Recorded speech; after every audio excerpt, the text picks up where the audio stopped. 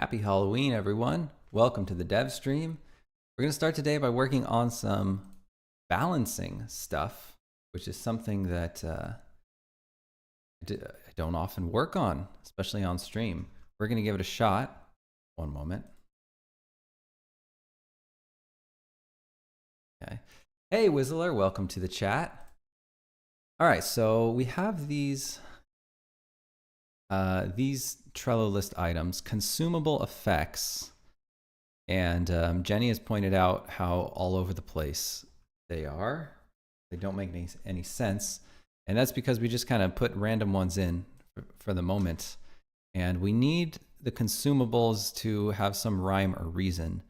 And I want to to simplify things, I just want in the code to base the amount of mana you get from eating something based on the value of the item, the price of the item. And then we just have to worry about one number. We just have to balance the prices of everything, and then hopefully everything will be okay. Hey, Twingy, welcome to the chat. Welcome to the stream. All right, so first I need to check if we're actually doing that. So I vaguely remember starting to put it in, and maybe I finished it, and maybe I didn't, but I do not recall, unfortunately, because my brain is a porous sponge. So I'm going to go into the item data, which is the base class for all items in the game. And well, base class, I say that like we use a lot of inheritance. We don't. And I'm going to look at the effects of the item. So here are the different effects that happen. And I'm going to look at where this is referenced. And I'm actually going to look for an effect type, actually. If I look at the effect types and I look for wherever we're looking for mana, that should tell us everywhere, everywhere we're using the mana effect type in the code base. Should have muted that. Okay. So here is, okay, we're setting the effect type, the default effect type. That's not what we want. We want to be checking if the effect type is mana. And this is get adjusted value. Okay. So the baker's mana, the baker's mana bonus times the adjusted value. So I think we just need to figure out what the adjusted value is. The adjusted value is the base value of the item. So are we literally just getting as much mana as the item costs? No. This is the actual, oh yeah, this is the effect. So this is the base value of the effect. Okay. So it doesn't look like we are using the price. Actually, are we? Because there's this get adjusted value. This is a function inside the effect. We're looking for apply effect. And if the effect type is mana, then we get the adjusted value. Okay, this is the global mana multiplier for all consumables. Okay, and we're doing get adjusted value. But get adjusted value is definitely getting the base value, but I think what we want to do is we want to be getting the price. Yeah, I think when I initially coded this, I think I thought get adjusted value was the price of the item. Hey, Aaron TV, welcome back. So I think what I want to do is maybe get the actual price of the item, right? Let's see. Get adjusted value, okay, equals the base value of the effect.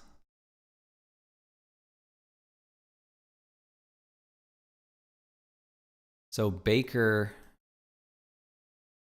you know what we can do? If we just, the adjusted value, we could just start with,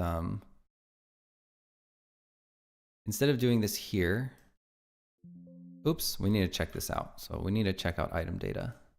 This is balancing. It looks suspiciously like coding, but it is balancing. We want to do this.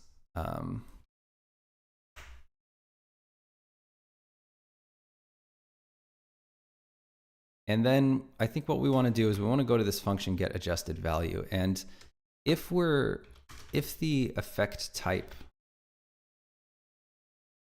is effect type mana, we're going to use a completely different way of doing this. So we're going to say, like, we're going to start with the base value.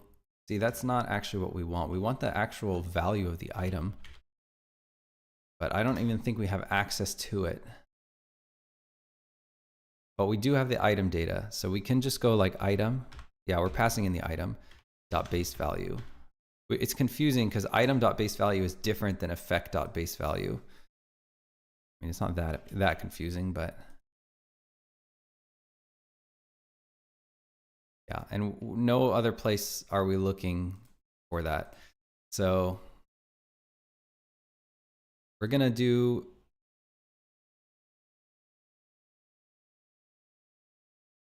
item dot base value plus probably. So we'll start by just saying mana, which should be an int. Does this thing? No, it gives back a float. So the mana is the base value of the item. I'm thinking plus some kind of quality level bonus, if there is a quality level, which I don't actually think that there are quality levels for baked goods. So we're actually going to omit that. I think it'll just be the base value times times some kind of multiplier, which we should probably define somewhere globally. So I'm going to define it globally in item data. It'll be a constant. The public constant float, and it'll be like mana to price multiplier. And I think it should start out being like we'll try like 0.5, just see how that feels.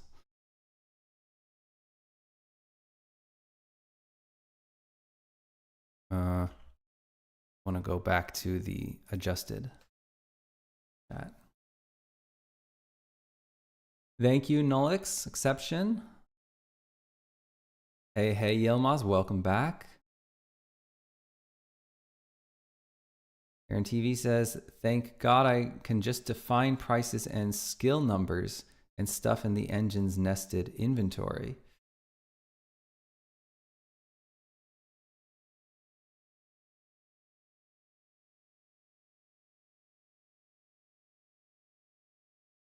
Okay.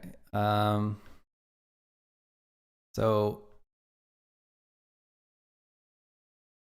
I'm going back to this get adjusted value, and I'm going to do mana to price multiplier. There we go. And then I think we need to apply the baker bonus. What is it? The baker bonus is a multiplier, right? Yeah, it looks like it. But we need to check if this thing is baked.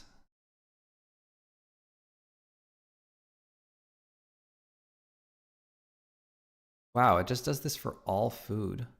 See, it should be baked goods. It's not food. Do we even have a category? Let me look at the string for this. So I'm going into the loc sheet. There's a perk in the game where baked goods gives you more mana, I think. Yeah, here we go. Baker's touch. So it shouldn't really be checking for if it's a food. It should be checking if it's a baked item, which I don't think we actually have any data for. So let me look at like blueberry roll. and just look. So we've got category food, and the source, let me check this out. The source is, would be a great place to put it, I'm pretty sure. We should do source baked. Oh my God. Okay, I just got the mute button in time. That would have been, everyone would have died. Created a wormhole in the auditory realm, and everyone would have been sucked in. So I'm going to make a new source for the items. So let's check. Oh, that's not what we want to do. Because it really should not be checking if it's just a food. It should be checking if the source is baked.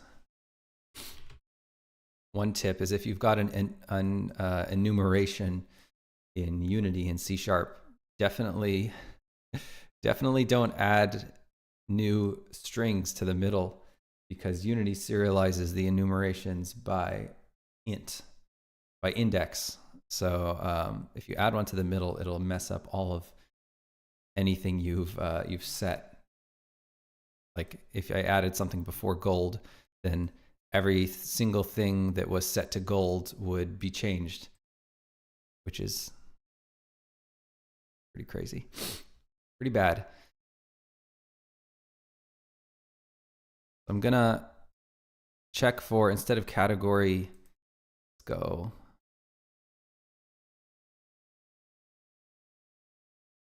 So get adjusted value. Yeah, we don't want to do any of this stuff, actually. I think we just want to, oh yeah, we don't want to be checking for any of this. This whole thing is going to be going away. So we will check if we have the baker's bonus. So if the player has the baker's bonus, then the mana gets multiplied by the baker's mana bonus. I have a chat here. Rich Muhammad, hello, welcome. Can you tell me how to script in that, please? Hello, anyone. I think your question is kind of broad, Rich Muhammad. I don't think anyone can tell you how to script in that.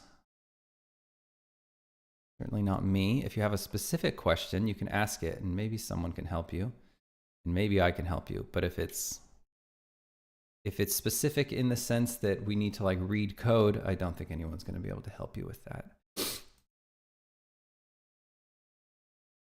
Okay, so we're going to multiply by our baker's mana bonus. We also need to check if the item being consumed is actually bakeable, which is a feature. We just add item.source equals baked. There we go. And then we're going to return the mana value. Right. And then I'm just going to delete this. And we're not even going to use the base value. So mana will ignore effect base value and use price instead to determine how much mana player gets. Okay. Good morning, Adam Rushford. Rich Muhammad asks, what kind of game are you making? The game I'm working on is a Witch Academy RPG where the magic of the world is music. The game is called Songs of Glimmerwick, and I'm glad you asked. I can link to our Steam page if you want to take a peek at our trailer and screenshots.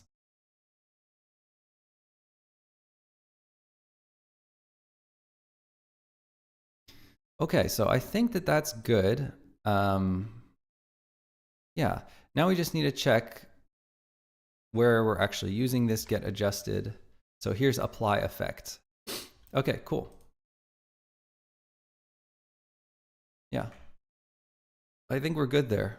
I think we can just test it. The only thing we need to make sure to do is go to all the baked goods check this out. Okay, we've got cooking. So all of these things need to be checked out. I don't know why music box is in cooking, but yeah, I'm wondering,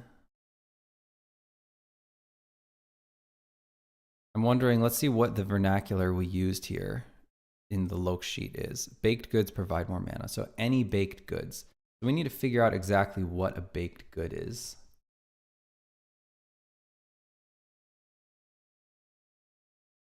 Rich Muhammad asks if I'm a YouTuber. I would say I'm an indie developer first, and sometimes I make YouTube videos. But we do have a YouTube channel, a fledgling YouTube channel. I'm streaming on YouTube right now as well. We've had a couple big successes with our videos, but I'm really struggling on YouTube. Really struggling finding how to not be a game dev guru, because I do have some things to say about topics about game dev, facing game devs. And I have certain videos just in my heart that I have to make, but they're not really on brand with what I want the channel to be. I would love the channel to be more gamer facing, or at least people who enjoy seeing behind the scenes for game development process, but I don't necessarily want it to be aimed at game developers, and it's pretty hard.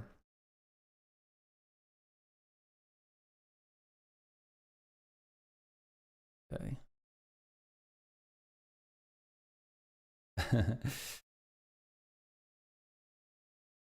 No, I mean, 30K subs is okay.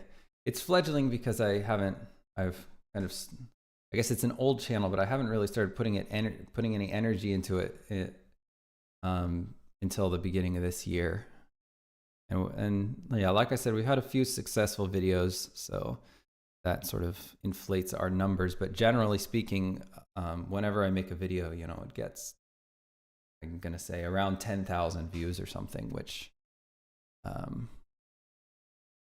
is okay by YouTube standards, but for trying to do this professionally and stuff, I need to make sure I'm getting reasonable return on investment, and the YouTube videos do take me so long, so I need to make sure that that they're really building our brand and raising awareness about the game and stuff.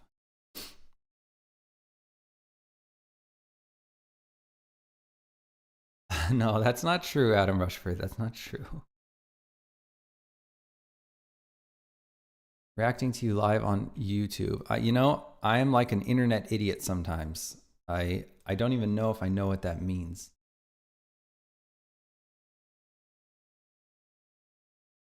It means like you've got your live streaming as well, maybe, and you're watching my live stream and reacting to it.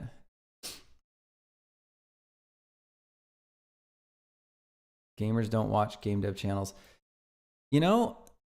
That's not true. There are a number of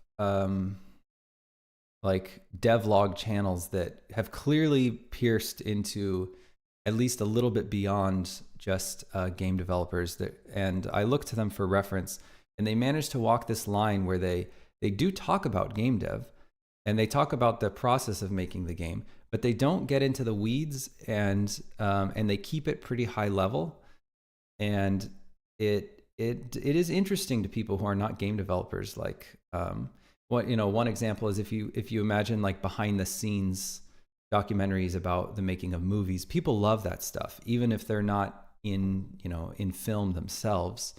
It is interesting to people, and that's sort of the line I'm trying to walk. But I found a number of devlog channels that manage to walk that line, and I'm trying to walk that line myself. I think that our past devlogs have been way too in the weeds, like way too, I guess, technical.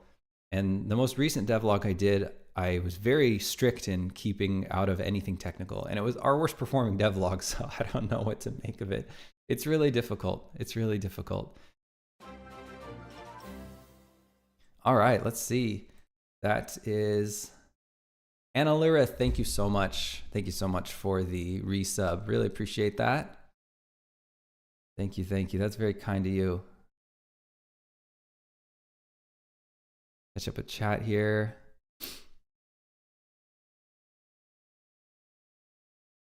Okay, Anna Larith says they're a gamer and watch game dev channels. Yeah. All right, good to know. Oh, I've missed a few more messages. Yilmaz says, kind of like my sub channels to be lower than 100K subs. Feels like I have a niche taste. All right, I feel that. I feel that. Rich Muhammad says that they're a gamer. Cool, cool. And Teleti says, some gamers, myself included, are interested in the process of making video games. Rock on. Anna Larith says, I enjoy the game developing process videos even when I don't understand most of it. Yeah, and that's the thing. I feel like there is so much to talk about in making games, and it doesn't all have to be technical. Like, theoretically, we should be able to talk, there should be a lot to talk about in the making of the video game creation process that anyone could understand, or at least anyone that plays games could understand. There's so much there, and not all of it has to be technical. So I'm trying to find those parts and maybe talk about those parts, because honestly, sometimes the high level journey is more interesting than the really nitty gritty. I know the nitty gritty might be interesting to people who want to make games. They want to know exactly how you made that model, exactly what what modeling techniques you used and stuff. But if we zoom out a little, maybe we can talk more about the process and the journey, and not so much about the very technical weeds of creation. Rich Muhammad says, in any way, can you tell me what or how I can download your game? So Songs of Glimmerwick, the game I'm working on right now, is not out yet. But our last game, Eastshade, if that interests you, it's a completely different game. That one is on Steam. I would track it down, but I think I'm gonna pass on that. We have a game we released in 2019, sort of a mid-tier indie hit. It was called Eastshade. It's an open world adventure game where you play as a traveling artist, and you can check that one out if you want. It's I don't know where you're located, but in the United States it's $25, and that's the only way to play it.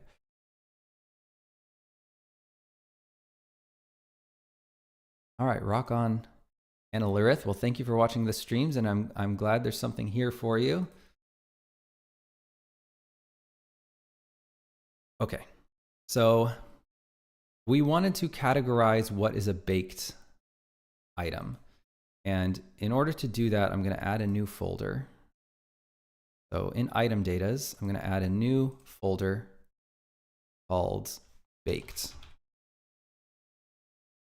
And I'm going to go to the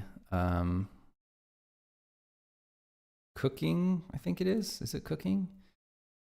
Yeah, and I'm going to put, like, what is, okay, blueberry dough, the source is none. And really, I think that can go, all that stuff can go into the baked folder. So boule, bread, a chamomile cake, and dough, a babka. Coffee's not baked. Corn muffin is baked. A cucumber dough and a cucumber sandwich. Is that baked? That's not really baked. We'll go with the cookie dough. We'll put in the baking. An egg is not really baked. Okay, the candy we'll leave. The fish waffle, we'll call that baked, although it's not really baked. The flour we'll leave that in cooking. The forest galette is definitely baked. Well, we got the dough as well. Frog donut, input only. I don't know what that is. We're gonna leave it out of the baked folder. Okay, frog donut, ginger dough ball and gingerbread, herbed focaccia and an herby dough, kelp cake, we'll call that baked. Lavender dough, lavender loaf, and the mint brownie and dough.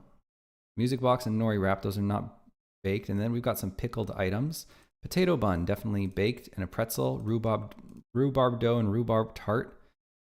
Rose wheat loaf, we'll call a rye loaf as well. And we've got our strawberry shortcake, thistle cupcake, and thistle dough, and veggie dough, and a veggie hand pie. So that looks like all of the, now that we're all very hungry, we'll put that in the baked folder, and then we will change all of those item sources to baked, and we'll make sure they all get the bonus. Right now, I think that Unity is checking out all these files because I just moved them.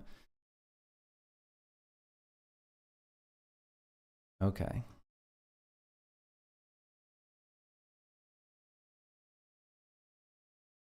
All right, Rich Muhammad says, I'll tell my viewers to play it. Well, appreciate that, Rich Muhammad. Of course, if your stream aligns, I don't know what the subject of your stream is, about 1.5K are watching for the first time. That's crazy. That's crazy. That is a massive, massive, massive stream. I'm gonna just do a sanity check on that. Let's see, I'm gonna open up Rich Muhammad, who says 1.5 thousand are watching the stream. Let's see, but they've got 3 followers. So also says that they're offline. Okay, maybe we're talking about YouTube. Let's go to the YouTube. That was on the Twitch side. Okay, 50 subs. So also it doesn't seem to be live on YouTube. Gaming with Mo. So maybe I'm misunderstanding. 1.5 thousand viewers. I'm sure I'm misunderstanding because that sounds insane. Okay. All right. T, that's good that it got you hungry. 1.5 are watching for the first time. I was live for 27 hours. Can you follow me, please? I told my viewers to play your game. Rich Muhammad, you have so many chat messages. Can you consolidate? Gaming and dev on YouTube. Bro, okay.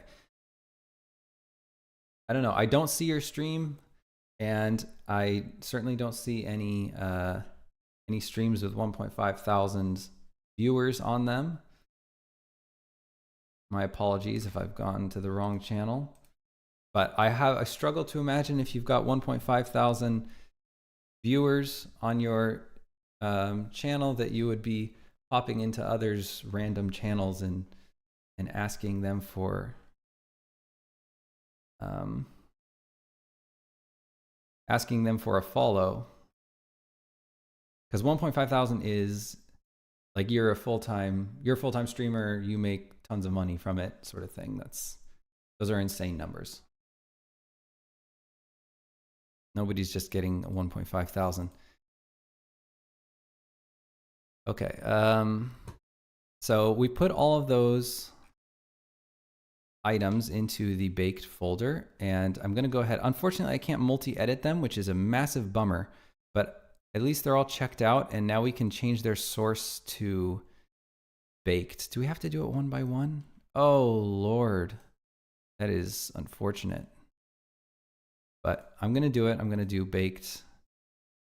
I guess the dough doesn't have to be baked. The dough will just go with none. So the roll is baked. The boule is baked. The bread is baked.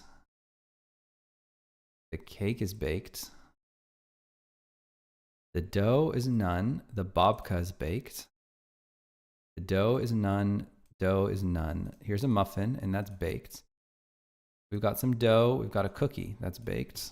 We've got dough, dough, dough. Fish waffle. That's baked. Forest galette. We'll call that baked. I don't actually know if a galette is baked. I think it is. Donut is, well, I guess donut's technically boiled. But that's okay. Here's another dough ball. Gingerbread is baked. 2 channels. Okay, I did the one, I went to Twitch and then I followed the link to your YouTube channel.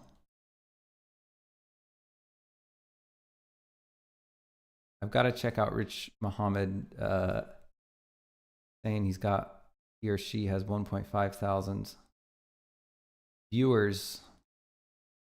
And then I go to the about, on the about here, and I'm looking, and here's a YouTube link.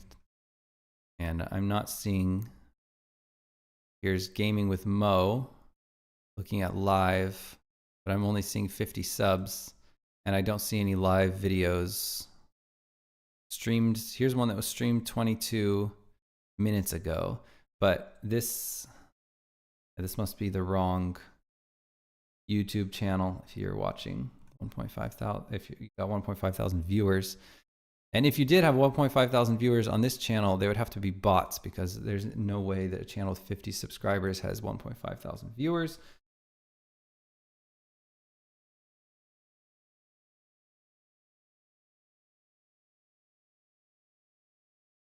Okay, have fun, Rich Muhammad. Thank you for dropping by the stream. Have a good stream yourself. All right, so gingerbread is baked. Herbed focaccia is baked. We've got a dough that's not baked. We'll go with kelp cake is baked. Lavender dough, lavender loaf is baked. Mint brownie is baked. Getting through it, getting through it. Okay, we've got 2 more doughs. Potato bun, we'll call that baked. Potato dough, it's not baked. Pretzel, we'll call that baked. Okay, let's see here. I think it's the wrong channel because I have 2 channels. Okay, all right. Now they're live.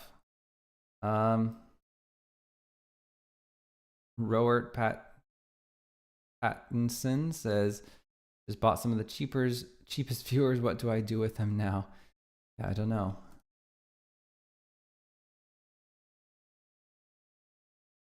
Why don't you do this, Rich Muhammad? Why don't you link to the YouTube channel that you're talking about that's live with your 1.5 thousand viewers?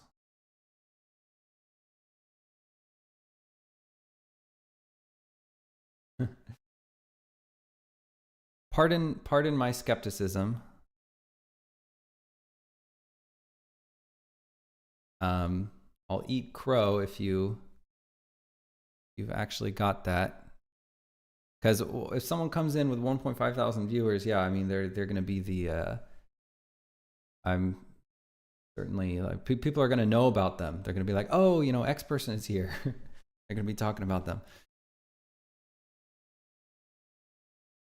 Because that's a lot, especially talking game dev related stuff. You said gaming and game dev. Okay. Let's see. We've got pretzel, rhubarb dough, rhubarb tart. We're going to go with baked. Rose wheat loaf, we'll go with baked. Rye loaf is baked. And then we've got a dough and a shortcake. That one. Thistle cupcake. Thistle dough, 2 more doughs, and finally a veggie hand pie. Okay, I think that that's good. I think that that's all of them.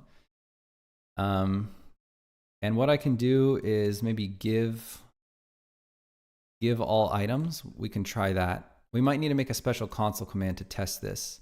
I'm gonna, yeah, instant till settings, that's all right. And let's just give this a test. Let's see how this goes.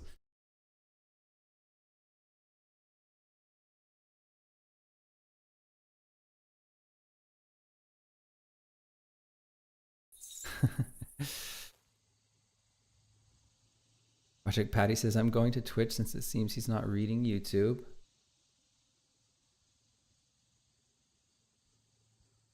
Rich Muhammad says, check it out. I don't know what to check out. You've got a link to the YouTube channel that you're talking about, because I followed the link via Twitch to your YouTube channel and I didn't see any live streams going.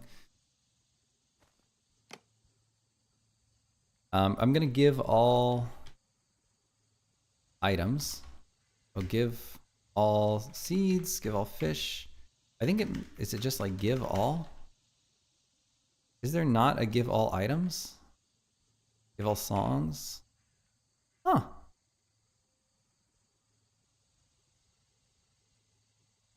I guess there's no give all items, which is kind of interesting.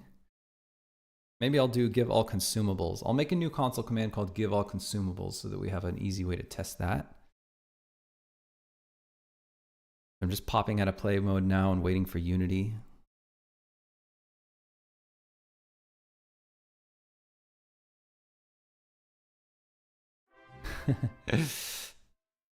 Rower Pattinson says, I have a bunch of 10 viewer videos. Should I give a link as well? Hey, you know, it's only fair if you want to link to your channel as well. I'll I'll check it out. This can be the YouTube channel review part of the show, where if anyone has a YouTube channel, I will check it out on stream. I'll take a peek, and I'll hopefully say something nice about it, and then look at the next channel. Anyone wants to link their YouTube channel.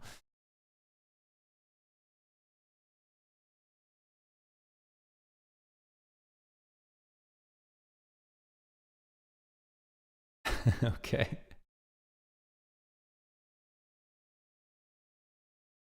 Can you tell them to sub? Well, we can take a look at it, that's for sure. That would be kind of a hollow recommendation, wouldn't it? But I can make one. Analyrith says.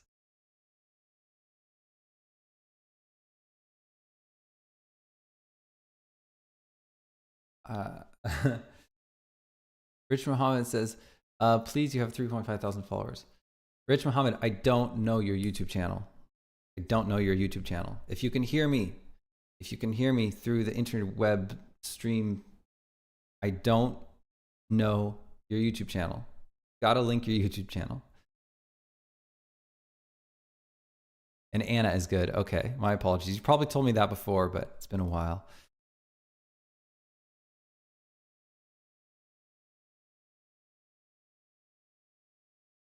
Thank you, Anna. Okay, let's see here.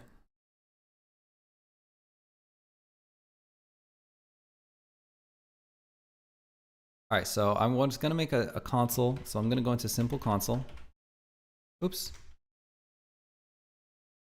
Simple console, I'm gonna check out simple console. And we're gonna make a new console command. For anyone who hasn't made a console in their game, highly recommend it. Very helpful.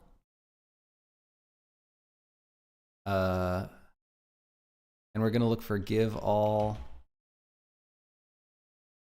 I can't believe we don't have a give all items, but we'll just copy the give all seeds command and we'll say give all consumables. And then I'll paste give all consumables in there, give all consumables, which doesn't exist yet. We'll copy the function give all seeds and we'll say give all, give all consumables. And then we're looping through all of the items in the game, and what the credential will check for if item dot type, no, not that kind of type, category equals, actually, you know what? If item dot is consumable is much better. There we go. If the item is consumable, then we're going to give 20 of those bad boys. Give that a save, and then we should be able to pop that function.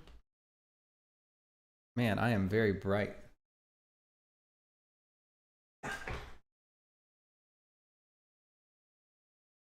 Oh, a little bit better.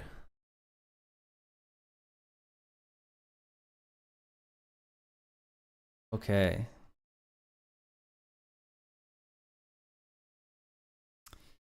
Is Witch Academy your game?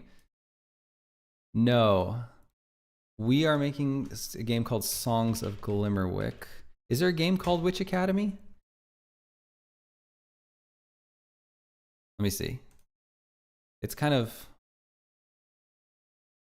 if there is a game called Witch Academy, I don't understand how I haven't heard of it. But I might be an idiot. I want to know which Academy? Okay, there's a movie called Witch Academy. And then there's a show called Little Witch Academia. But fortunately, there's no game called Witch Academy, as far as I can tell. Maybe there is. Oh, there's The Witch Academy. Witch Academy on Steam. Little Witch Academia. There is a game called Witch Academy. Oh, no, there's not. Okay, I was just looking for it.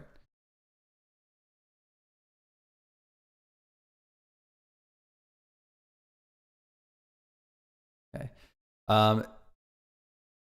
Yeah, a game moobot command would be good. I should probably do that, honestly. If that's convention on Twitch, I should add one of those. I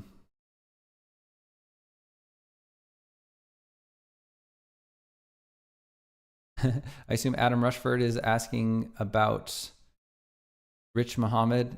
Yeah, we can't seem to get him to link to his or her YouTube channel. Okay, Rich Muhammad says, can you add some free gifts? Because I see all the famous games like Minecraft and Roblox and Fortnite. Can you add some free gifts? We've got the same message 3 times. Yeah, I think I'm gonna have to mute this fellow.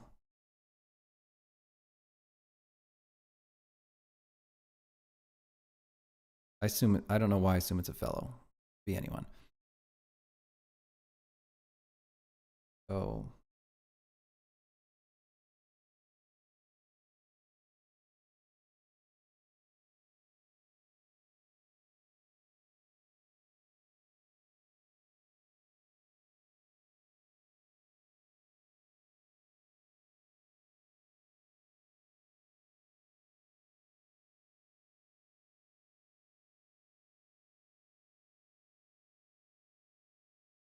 Okay, there we go. Sorry about that, everybody.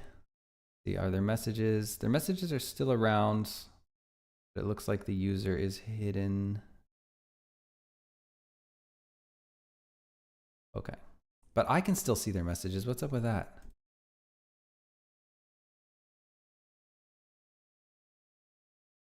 Okay, it was fun while it lasted, but too much. It's too much. I'm trying to get something done here. I'm doing something. Okay.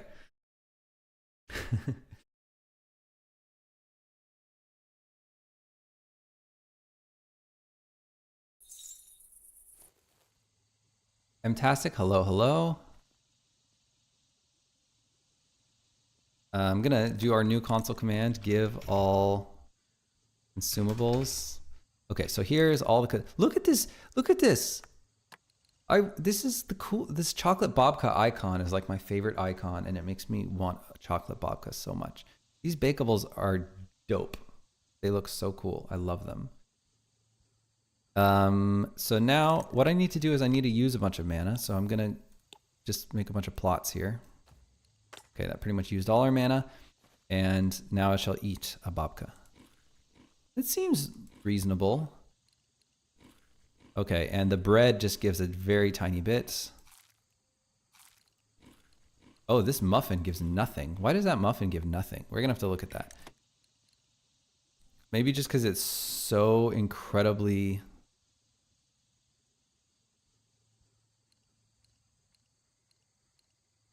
so incredibly low value. The muffin definitely needs to be higher value than that.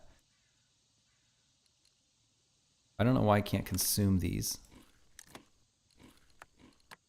Oh, this must not, this potato bun is not consumable.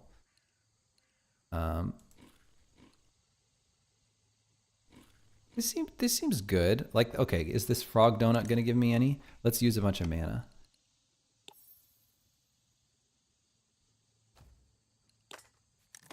Okay, the frog donut's very low value. So it looks like it is giving me some, but it's so incredibly low value that it's not really doing much. So the 4 skeleton, I think that maybe these things need to give a little bit more for how hard they are to make. Oh my God, that dandelion cookie.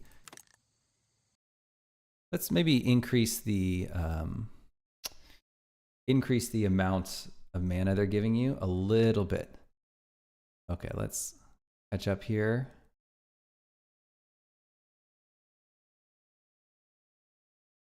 Good one. Thanks, Adam Rushford. Oh, I didn't draw it. I should point out that my wife Jacqueline drew it. Thank you, Anna.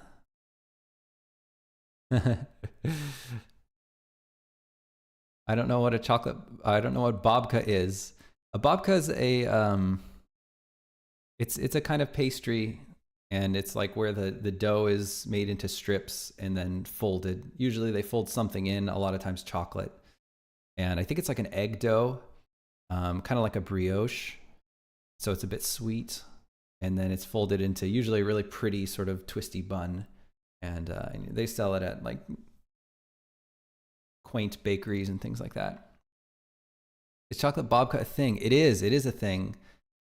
It's definitely a thing in Europe. I know I see babka. I saw babkas everywhere. And in the United States, the babka seems to be getting more popular because I see it in a lot of bakeries, and even grocery stores now are selling chocolate babkas. So, hello, Albert. Welcome, welcome. What engine is it? This is Unity, good old-fashioned Unity. We're rolling with Unity 2019 at the moment. Have you ever heard of Rum Baba?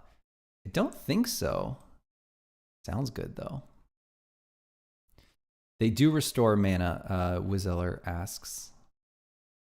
Getting hungry with all the tasty icons. All right, that's great. Hello, not the Mel. Welcome, welcome.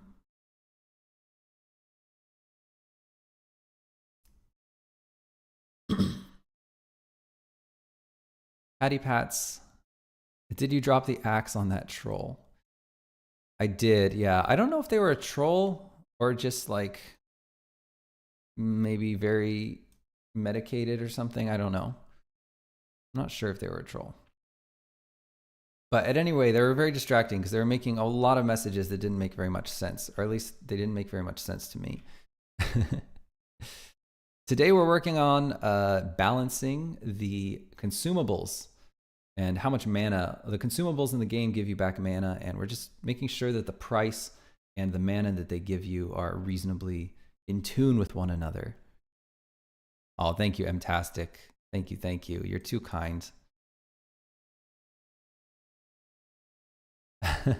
It's unfair to have artist wife. Yeah, I think that we work well together.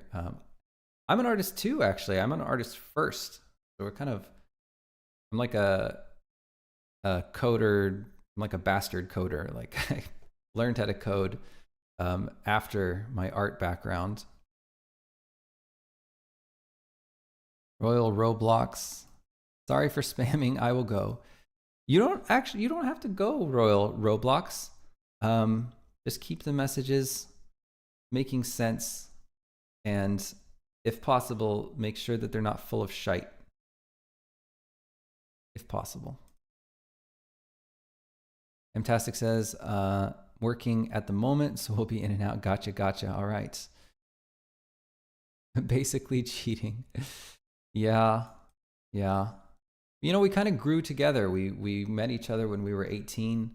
Of course, I wasn't in the games industry, and she wanted to be an art teacher, and we just sort of grew together. And you know, eventually, we started making games together, and now we have a lot of fun doing it.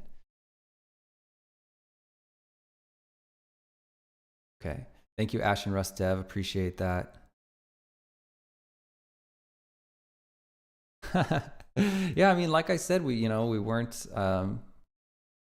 It wasn't. I feel like we grew into these roles together. I didn't know how to code when I met her. I wanted to be a games artist, and then I ended up working AAA for a few years, and she ended up being an art teacher for a few years, and then eventually I started working on eShade. She started helping out with stuff, and she sort of gained all these skills, and was also becoming a much better artist over those years as well. She was like training. She's got sketchbooks and like literally hundreds of sketchbooks filled with stuff, and she was growing her art skills. And then she started eventually doing more and more on eShade. She started doing design stuff and writing stuff as well. She learned Unity and started doing mapping as well.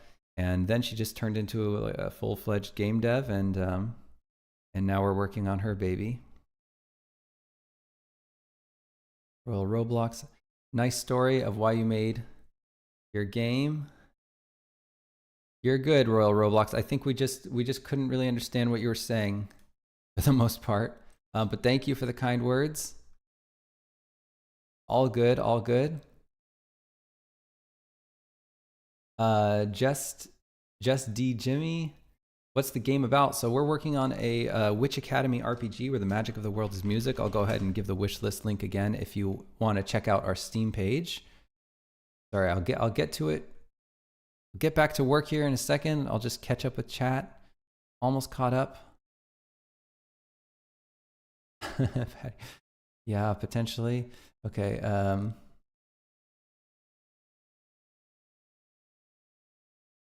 I write a lot of messages that don't make sense. No, your messages are good, Roert. We get you. We get you. Fantastic says, I remember when I used to work at a convenience store. A high school Karen came to buy vodka chocolate and was like, why can't you sell that to me?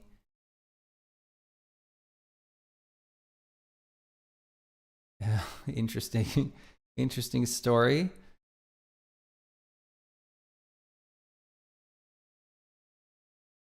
Okay. All right. I'm going to focus for a moment. So I realized that a lot of the baked goods that are inexpensive are just not giving enough mana. They're also just too inexpensive. There's no way they should be worth 5. So like blueberry, you know, if I, whoa, that base value just turned into 0. I don't know why. The recipe value is 100 and the base value is 0. Why did it turn? Calculate craftable value using ingredients. I wonder why it turned to 0. Maybe because it didn't. I think I know why. It's because this doesn't have a recipe. This uses the item combining system. So we're going to have to stay away from that button. And I don't really know how to balance these. I don't really know what to base their values off of. I would say that maybe we can base them off of the ingredients that make them in the item combos section. But I think one problem with that is that, well, for one, I don't know why this blueberry dough doesn't have any item combos. How does one even make a blueberry dough? Let's see, crafting settings, ingredients. Huh. I could have sworn you would just have to combine dough and blueberries. Let me look at dough, the dough item. Okay, so here I guess is where all of the items are, but some of them are missing. Like the result is corn dough. What do you combine it with? Nothing.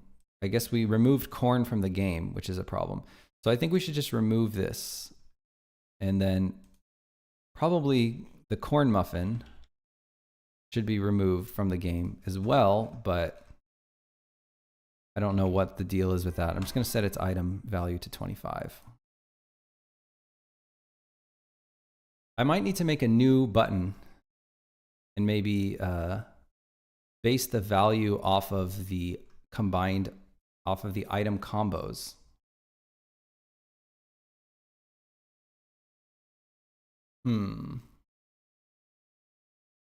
Okay, let's look at like a chamomile cake is worth 85. Now, if I go and look at how much chamomile is worth, chamomile is worth 55.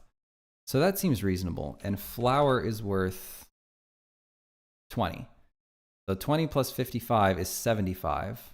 And then the chamomile cake is worth 85. So it's like, that sounds right, because then you make a little bit of extra gold off it for the effort of combining it, baking it. But I don't know. I think we might have to find a more programmatic way to decide on the value of all these baked goods. I think we're going to want to use the items that go in. Of course, assuming those are balanced, which I don't know if they are. But if I just make one script, then it should balance them all, and we can always run it again if we end up changing some of the values of the crops and the things that go into making these things. Okay. Joebot Online, hello, hello, welcome. Good to see you as well. Okay. NY Mara says, don't want to be the donkey from Shrek, but are we there yet? I can't wait for this beautiful game any longer. Appreciate the support. Thank you so much. I can say that we're definitely closer to being finished than we are to start. So we're well over halfway, but that's all I can say. But I really appreciate the support, and thank you so much for the kind words. Planning to take some vacation days from work. Oh my God, it's crazy to hear. It's amazing to hear this. Wow. You're too kind. You're too kind. Yilmaz asks, do you consider upgrading to Unity 6? No, just because there's nothing we really need. We have everything we need right now. Yeah, there's really no features we need. Even from Unity 2020, I mean, we're using 2019 right now. There's nothing we need in 2020. So, you know, our game is not graphically, the graphic style our game uses is very home cooked. We're not using any fancy new features like subsurface scattering or, you know, GI stuff or any of the new post-processing or any of the new things that they have.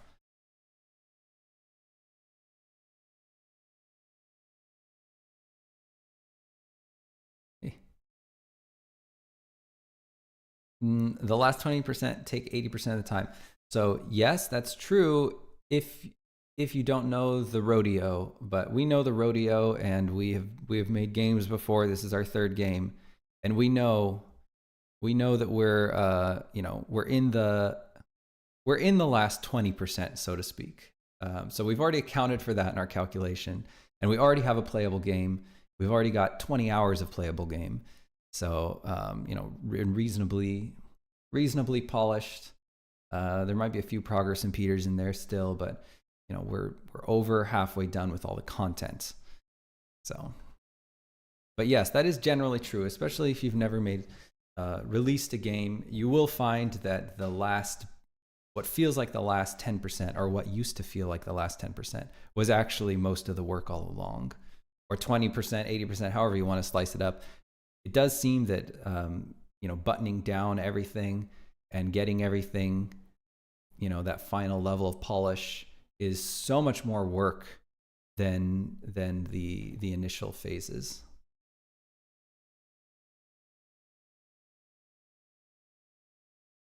Nothing much to it other than the removable splash screen, right? Yeah, I mean, there's some stuff, but yeah, certainly nothing that we need that bad. Okay, so I think I'm gonna make a little script here. Extra menu items or menu items. Let's see. So we've got something out of date. You know, I really should have synced before we started this. Let's go to. I'm gonna refresh and get latest. Hopefully we don't have any merge conflicts. We have one. Settings.json. I'm not worried about that. That one's fine. Let's just go to settings.json and just revert it. Where is it? Can't find it. That's just the Unity settings. Although right now I can't even find it. Let's refresh and get latest. These are Pro Builder settings. Solve number 8. Did it put it in a separate list for me? Where is it? Not in data, that's for sure. Got to be somewhere in here. Here it is. Geez, it was the last one. It's right there. It's not showing a conflict on it though, so that's weird. I'm gonna go ahead and revert it. I didn't do anything to it. It didn't revert. Oh, it did? I'm just an idiot? Okay, sounds about right. So now if I get latest, okay. Seems like there's nothing to get. Perfect.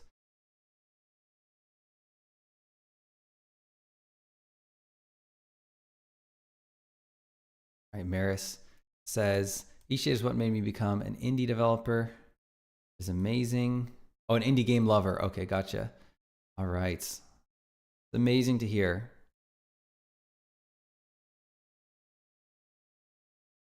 Thank you, thank you. It means so much to us. I think it's going to be good. I hope you'll like it. I think you will. Jobot Online, do you have any tips on minimizing the long polish? No, not really. You just have to do it. You just have to reframe your you have to reframe your perspective on where the hard part of development lies. You just can't think of it as the last 20% because it's not the last 20%. You know, when you have all the systems, I have all the systems done, you're not close. You are not close. Unless you're making a purely systemic game. And even then, okay, I have all the systems done, but how close are you? How polished are they? You know, how bug free are they? Do you have all your tutorials, your tutorialization in for how people are going to learn all this stuff? And have you gone through multiple iterations? Have people played it, gotten stuck? You see why they get stuck. You change things. You see why they get stuck again. You change things. Have you done all that stuff? You just have to reframe your ideas about like how done you are at any given point. You just have to know that ending part, that's game dev, man. That's where the rubber meets the road. And the beginning stuff, you know, the pre-production and the early phases of production, and it's kind of like the dreamer phase. And then you just have to, you know, keep swimming, keep swimming, keep swimming. Slap stuff together and ship it. That's something you could do if you want to minimize the polish phase. Just don't polish and just ship a really shitty product. You could do that. People don't like those though. Ilma says, what is the version control software? I'm using Perforce, which is pretty ubiquitous in video games anyway. Although Git is getting a little bit more common, but typically in video games we use Perforce because it seems to do better with large binaries.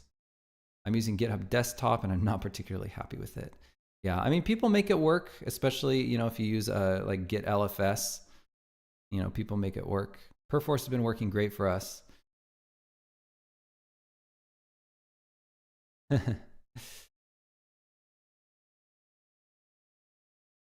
That's right. Yeah, I must be dumb.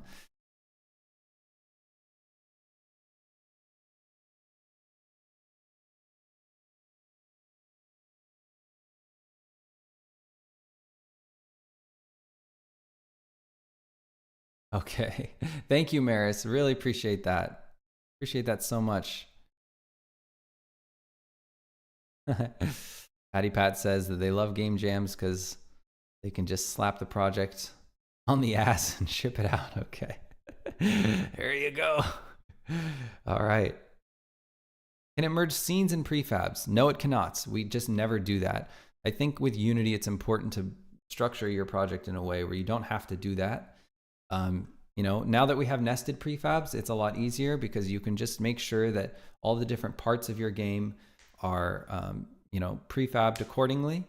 And then you don't have to worry about merging prefabs because, yeah, that's always a problem. Like merging files like that is always a problem. It's not just Unity.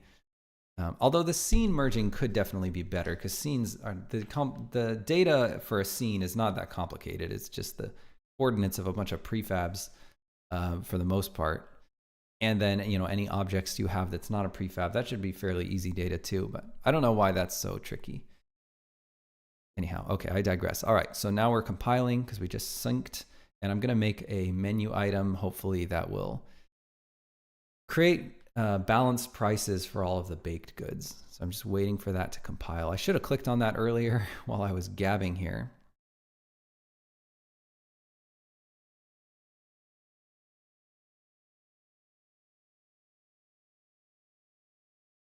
Thanks so much, Maris. Really appreciate it. Patty Pat says, I've been slowly polishing my main game on and off for like 2 years. I'm not anywhere close to done. Yeah, it's a process for sure. Okay, just waiting for this thing to reload here. Now, I'm gonna make a new menu item. And I'll go ahead and maybe do like, I'll copy this entire function to start. Oops, I need to check this file out. And we'll say like balance baked goods, balance baked item prices. Okay, we don't need all this stuff about strings. We don't need that. We'll keep the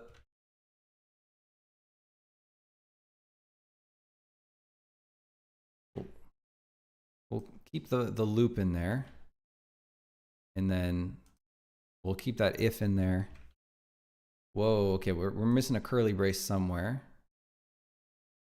We loop through the ingredients as well. There we go. So we're looping through the item datas, and then we're looping through the, why are we looping through the item datas?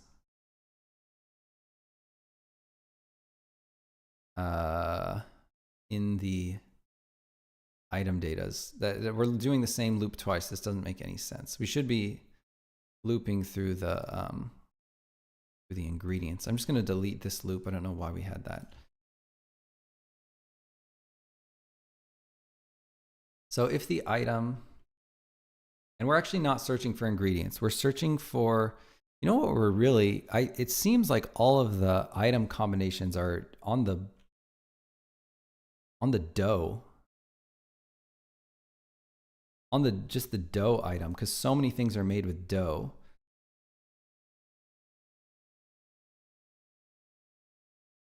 It's actually not going to be super easy, but yeah, all the item combos are on the dough. Like if I look at chocolatey dough and I look at the item combos, there's no item combos. So what I really want to find are the item combos.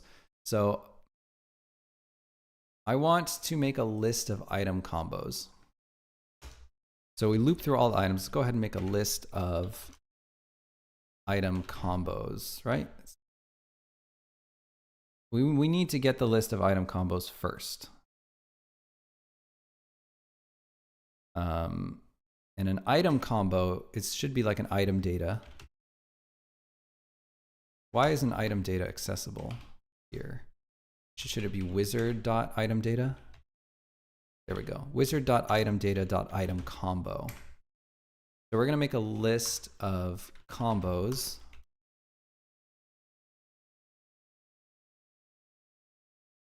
We could probably just go, whoops. Just let the compiler figure that out. And we don't need any of this. Oh, we don't want to be making a new list. We just want to create combos, and then we're going to go combos.add range. And the range we're going to add is the item.combos, item combos. Okay, so now we should have all the combos. And then we want to loop through the combos. Yeah. Let's copy that for each again. And we want to loop through for each combo in our combos.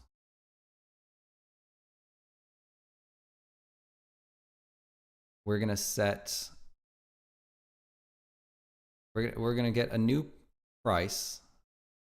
So int price equals 0 to start with. Actually, maybe we could start with like some kind of bonus on the item. No, we'll start with 0. And then we could do for each item in combo dots. Oh, there's only 2. Interesting. So there's only, we need the target and the source, but we're not. Yeah, you know what? You know what'll make this easier is we'll get a list of sources too, of item sources. So let's carry a list of item sources. Equals a new list of just item data. Oh my God. Okay. Wizard.item data. And we'll just ask if the item dot combos is not null and the item dot item combos dot length is greater than 0.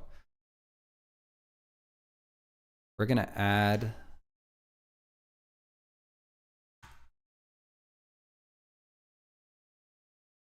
all of its combos. And I also want to add, you know, it'd be great is if the item combo itself carried a reference to its source item, but it doesn't. Let's have a chat here real quick.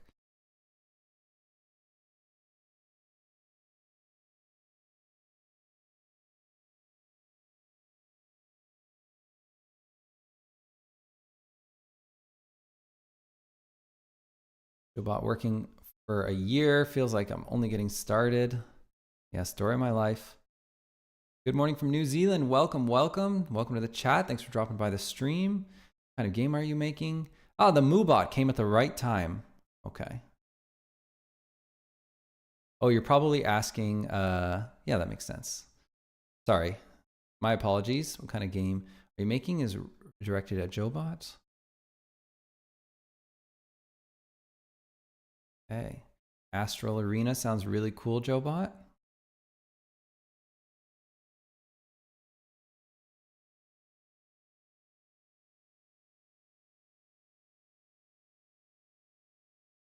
Paulzilla asks, can you remaster Eastshade? I'm actually offended by this question because the game is literally 5 years old. Like, what are you smoking? It's 5 years old. Why would I remaster it? That's insane. It's completely insane. People that want the craziest remasters, man. They want remasters on things that came out like 4 seconds ago. It doesn't make any sense.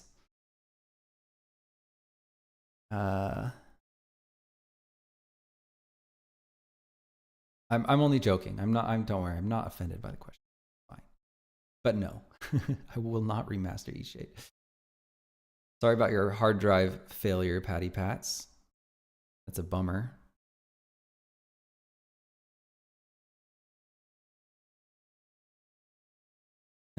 Jobot Eastshade is perfect. That's what I like to hear. Okay. So for the combo, I just want to add the sources. I want to add a range, and it's going to be an array the size of, it's going to be an item data. Oh my God. Wizard. I don't know why I didn't type using wizard at the beginning of this. Come on now. Using wizard. There's probably a reason. Maybe not. So now I shouldn't have to have these extremely verbose namespace calls. Item data. An item data array, which is exactly the size of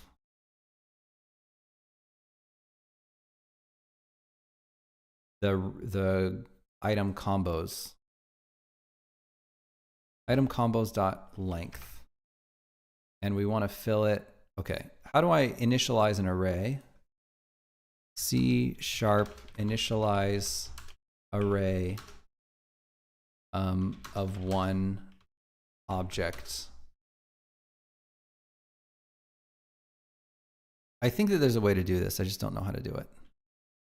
Initialize array, same value.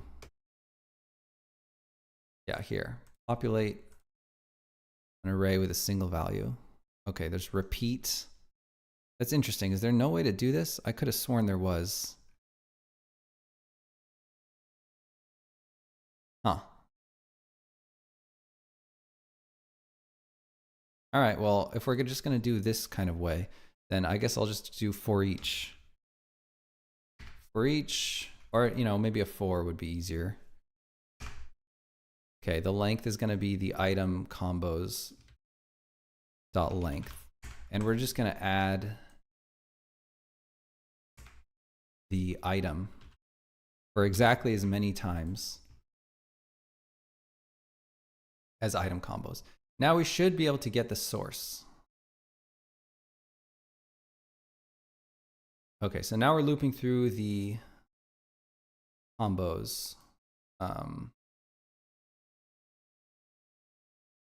Yeah, add range. I've added all the item combos and they should be linked up. So we want this to be a for loop just so we have access to the index.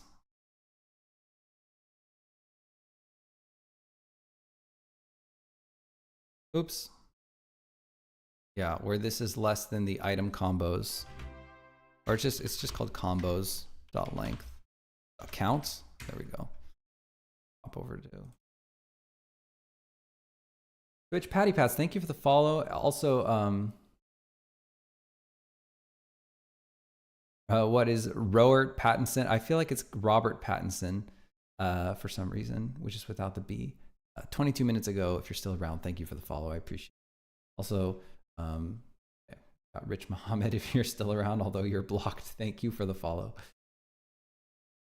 course, as well.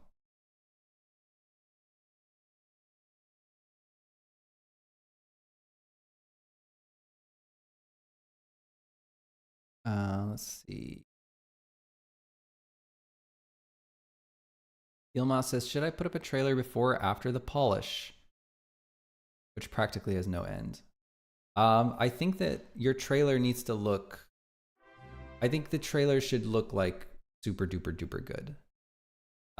If your trailer, you know, the trailer has to look good enough to pull people in, because if it doesn't, it's wasted effort.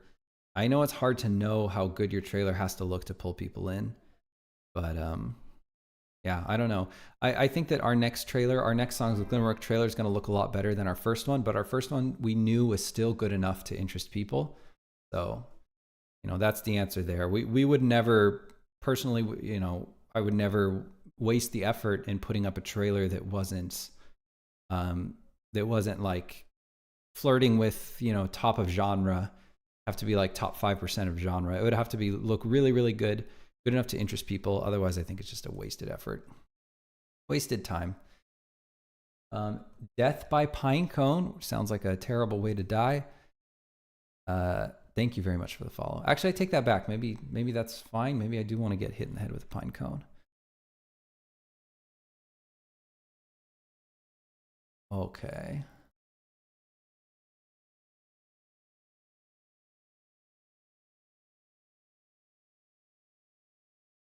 So let's see. Back to this. Going through the item combos, we want to do the price. We want to add the sources of I. We're going to add the base value of that. And then the price plus equals the combos of I dot target dot base value. So at the very minimum, we have the value of the things that went in. That should be the minimum. And then I think we want some kind of bonus. Here. What is this complaining about, I wonder? Oh, I never renamed this. Call it balance baked item prices. And then maybe we just want the like price times equals 1 point. Just add 10% to it, classic 10% markup. Okay, it doesn't like that. We'll just do like price times 1.1, and then we'll just cast that to an int. We'll just say like mathf. Oops. Mathf dot to int, round to int. And then we can set the price right in here. We can set like the target, or no, it's the result. It's the combos of I, oops, dot result equals the price.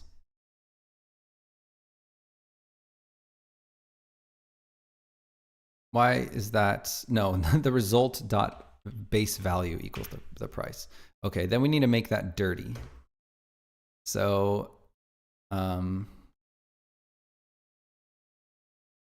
what's it like? Unity editor dot dirty. No. Unity engine dot dirty. Editor dot dirty. Oh my God. Editor utility. How do you set something to dirty? Let's just look for dirty here. Okay, here we go. It's editor utility set dirty, although that might be out of date. I'm not sure. We need to dirty it to make sure it actually saves. Because we actually changed data on disk when we changed this item data. So we need to dirty that combos I.results, which is an item data on disk. And then the other thing I want to do is I just want to pass over this. If the combos of I.results dot source is not baked, then we just want to continue. Don't want to have anything to do with that. So we're only doing it for baked stuff. That should do it. Balance baked item prices. Now that's going to knock out a lot of item prices, but hopefully they'll be better for it.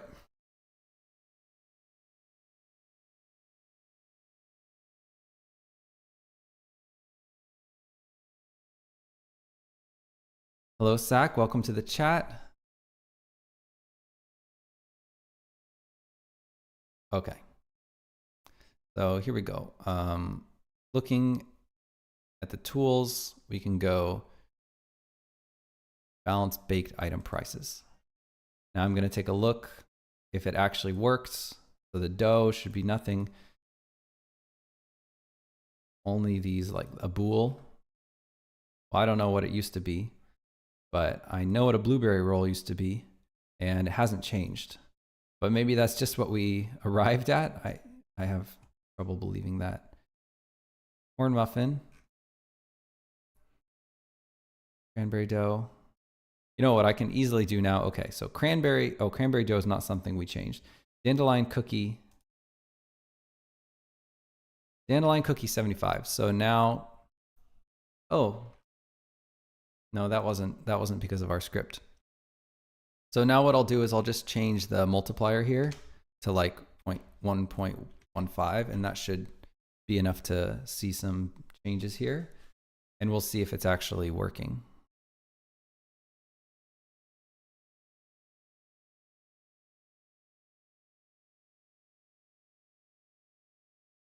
Okay, tools, balance baked items. Okay, so it doesn't seem like it's actually changing the item data. I'm not really sure why that is. Yeah, it doesn't seem to be changing the results. I'm trying to figure out why that is. The results is a reference to the item data. And we should just be pointing right to the item data on disk. Is this like a deprecated version? Only suitable for non-scene objects. Okay, that's what we want. This is a non-scene object.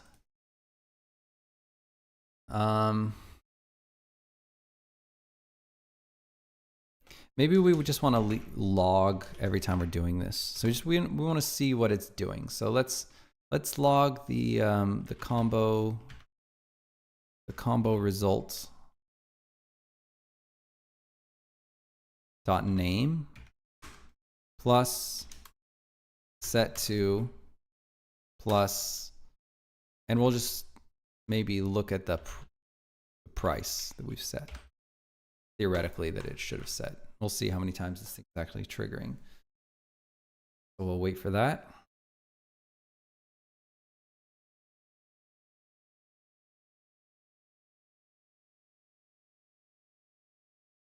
And let's try it.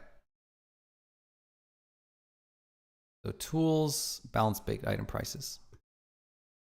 So we ran it, tools, balance baked item prices. So nothing actually happened. We didn't actually set anything. So no combos were added to the list. We looped over all of the item datas in game data. And we checked if item combos is not null and the length is greater than 0, then we added the item combos. And let's go ahead and maybe log. I want to log the count. How many items did we actually find here? Log. No, I guess we'll I will use a breakpoint here. I'll just use it like at the end of the, I think I need to put some, actually, do I even need to put some kind of line? I don't know. I'm going to put a breakpoint right here. So, come on now. Right. Breakpoint, let's insert a breakpoint. Didn't work. Breakpoints, insert a breakpoint. Oh yeah, I think you do actually need a line of code. So debug.log. Finished. I don't care. I just need a line of code to do this on. So right click, breakpoint, insert breakpoint. There we go. And then I'll go ahead and attach this to Unity. And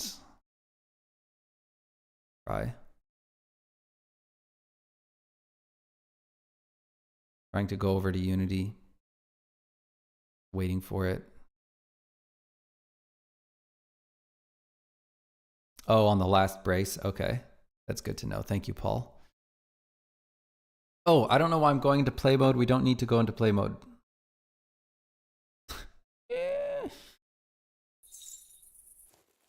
Okay. Is it still attached? It is still attached. I can just do it in play mode. Tools, balance baked item prices. Okay, so we hit the breakpoint. And now I want to look at like, what did sources become? Why can't I access anything? Where's my, oh, here we go. Okay, so the count was 53. So we found a bunch of sources. We found the same amount of combos and sources, which is great. That is what we want. And this was supposed to be 53.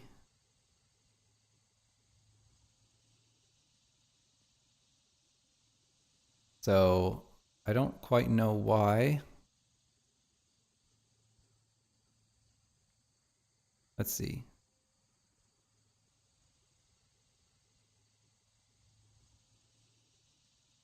I don't know why we're not getting anything here.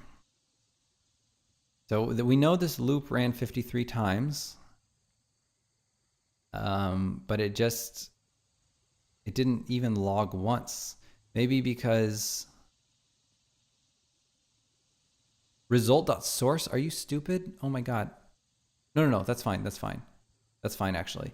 The result.source is a type. That's an enum. So apparently there were no items with a baked source, which seems impossible to me. I don't know how that happened. So I'm going to hit stop on the debugger, and I'm going to hit stop on play mode.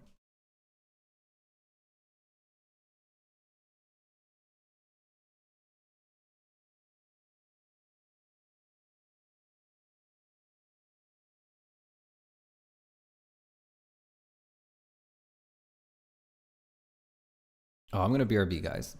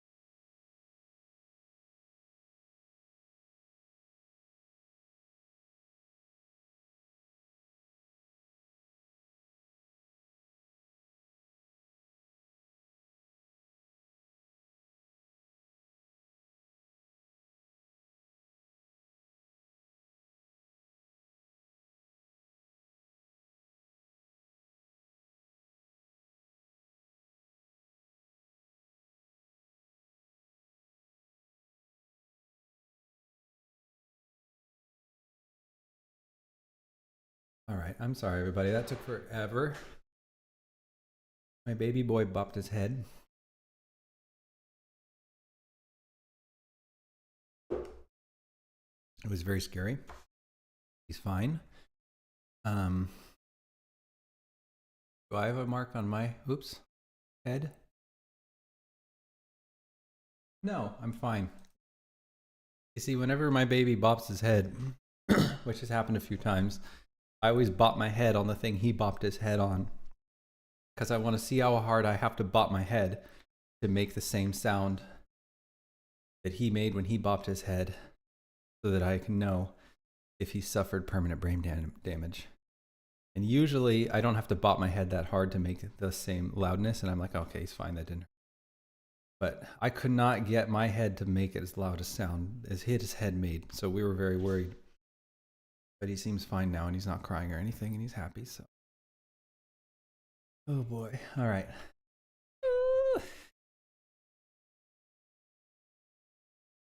Okay. So I was trying to figure out why we're not getting any logs out of this. So I think I've detached the debugger. I'll put a I'll get rid of this breakpoint. Breakpoints, delete breakpoint, and I'll put one like here,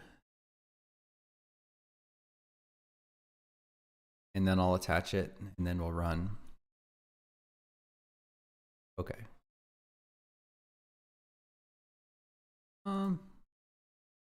Interesting. So it seems like the debugger doesn't work unless we're in play mode, which I didn't know. So I'm gonna pop into play mode here.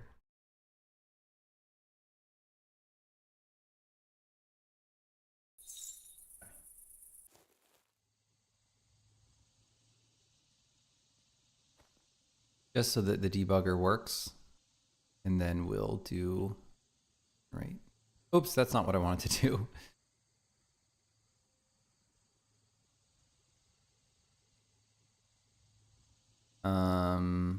Balance baked items. Okay, so it didn't ever get to that breakpoint. So it seems like it's failing that test. So I'm doing something silly. I must be. Let's remove this breakpoint. So clearly we're not getting to that. Maybe I want to see what the result is here. So why don't I put like I'll put a breakpoint right here, and then I'll attach it, and then we'll try it again. Tools, balance baked items. Okay, so we can use the breakpoint. It doesn't have to be in play mode. So we got our breakpoint, and I'm looking at the results. The result is blueberry dough. At least that's the first. Oh my God. Of course. Okay, so I just figured it out. You never have an item combine that results in a baked item. It always results in a dough. And then then you have to bake it. Oh man. So I don't know. Because we don't actually have any data tying the baked item to the dough version, which is pretty stupid. But maybe I should create a little bit of markup here. Yeah. Okay. I might have to create a field for every baked thing. Let me go into item data.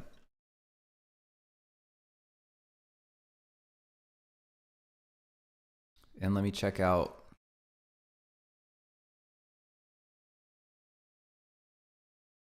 like baked from. Let's see if there's some bake settings, seed settings, crop settings, consumable settings,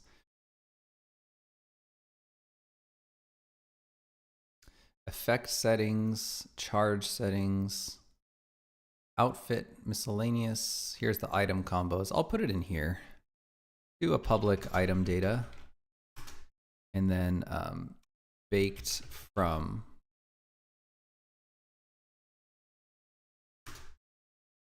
only used by the,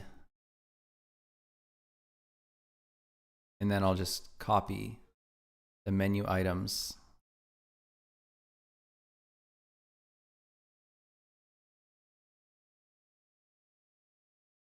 Baked item prices in the editor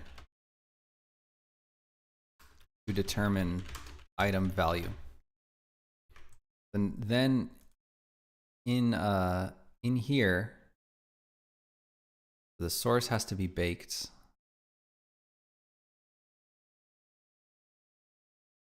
You know, it'd be actually a lot better if we instead, we want a forward reference. We don't want to reference back baked from. We want to reference what it turns into. So instead of baked from, we'll put bakes into and save that. Then head over here.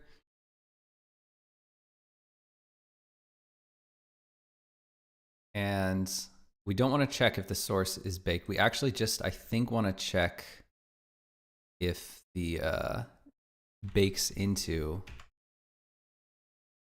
is null, then we want to continue. Otherwise, we want to just go ahead and set the bakes into. We're setting that dirty. And we want to set the bakes into base value.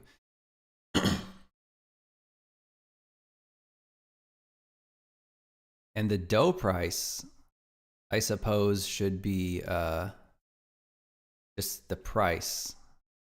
So first, we're gonna have to set the dough price as well, because the result is always gonna be a dough.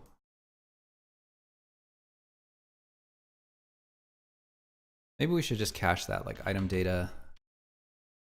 We'll call it the dough, and it'll equal the results here. And then we'll go dough, and we'll look at the, so here's a source and targets, but the results is always going to be, we're going to set the dough price to the price, and then the markup will be after it's baked.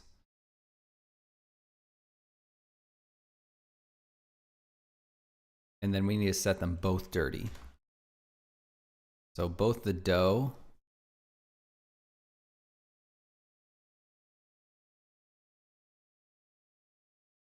and the bakes into will be dirty.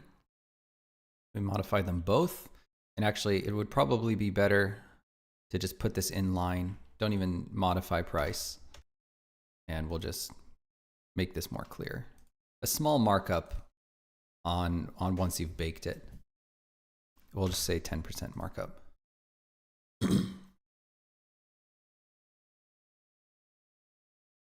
Okay, I don't think we need this breakpoint anymore. I'm pretty sure it's going to work.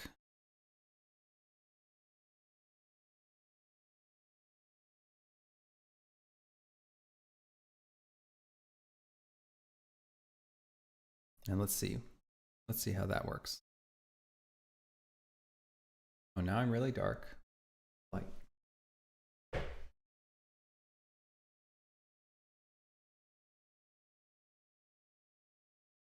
Now I'm too bright, probably.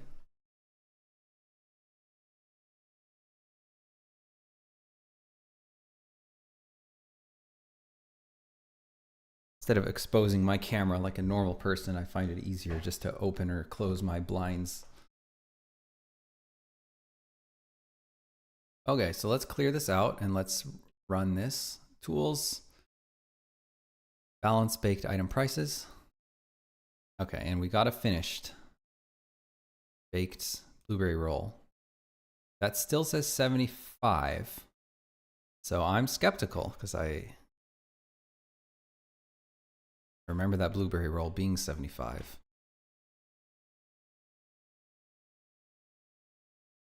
So let's compile again. Oh, right. You know what? It's because we didn't do the markup.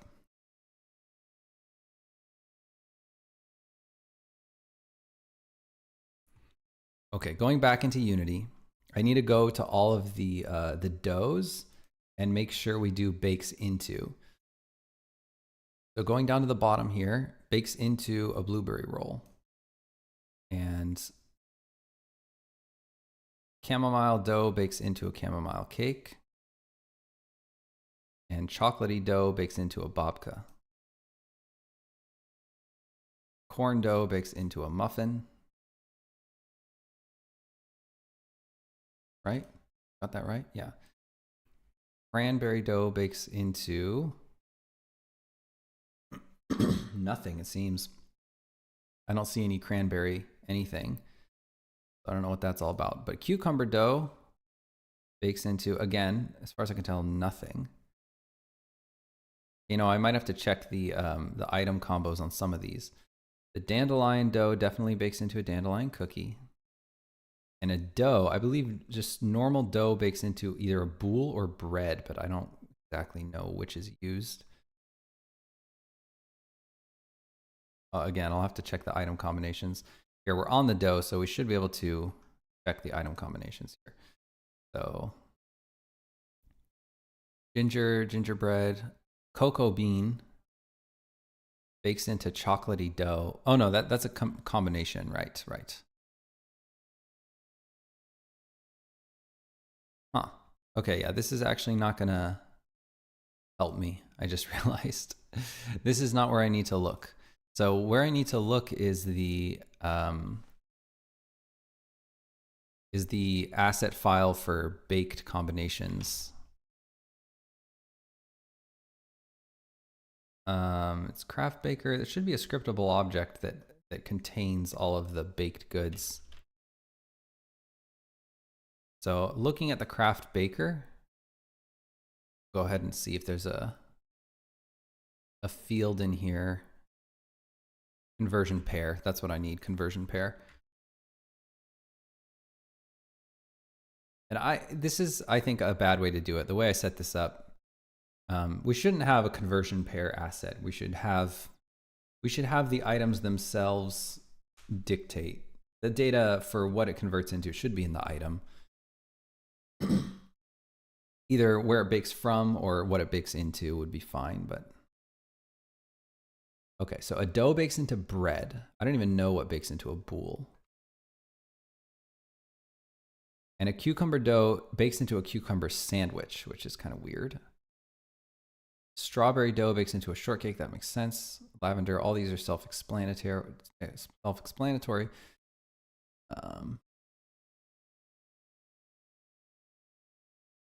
Veggie dough. Yeah, it doesn't look like we have anything for the raspberry. Seems like that maybe, raspberry dough maybe is not something you can even create, which is kind of weird. We should probably fix that, but I guess you can't get raspberries in the game, so maybe it's fine. I also don't know how you make a rye loaf. It doesn't look like it's possible.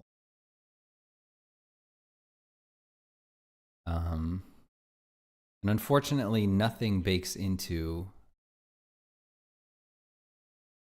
a pretzel. So we're just gonna have to modify that by hand. Potato dough bakes into potato bun. Mint dough bakes into a mint brownie. Kelp cake, okay, herby dough bakes into herb focaccia. So maybe I should just type in dough and make sure that everything dough, and then I'll constrain to item data.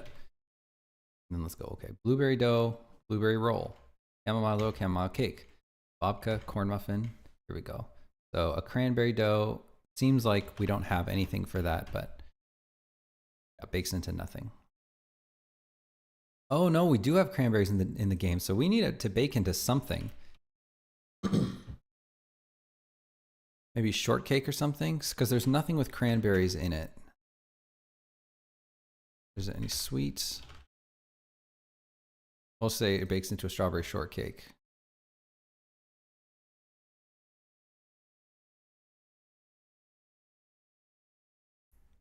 Cucumber sandwich, dandelion cookie, and then a simple dough bakes into bread. Foresty dough bakes into a forest galette. And we've got gingerbread, herb focaccia,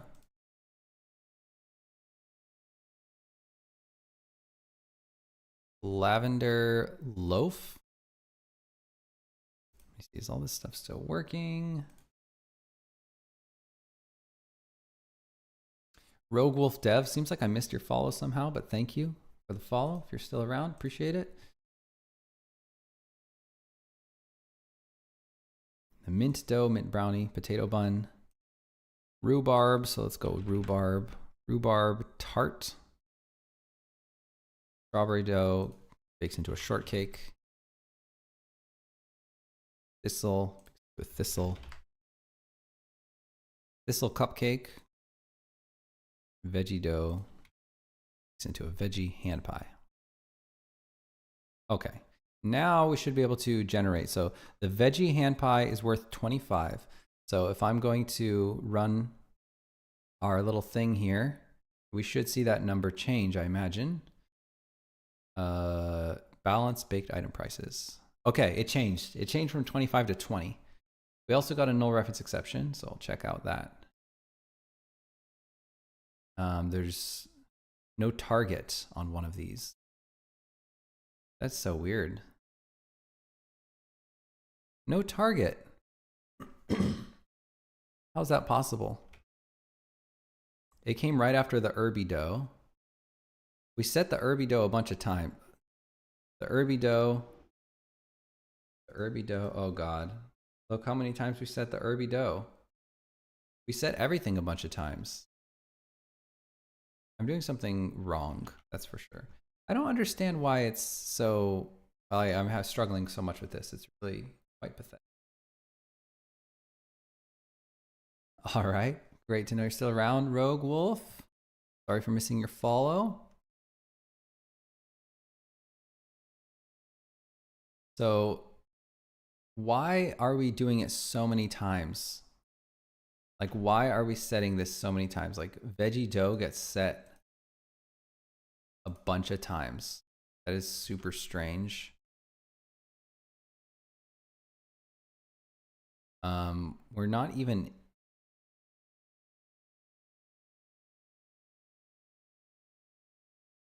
Like, we're just going through each combo. There shouldn't be multiple of one combo. Maybe there are though. Like we've got like herby dough, we definitely set it twice. And I'm wondering why we'd get a different answer on each one. I can check.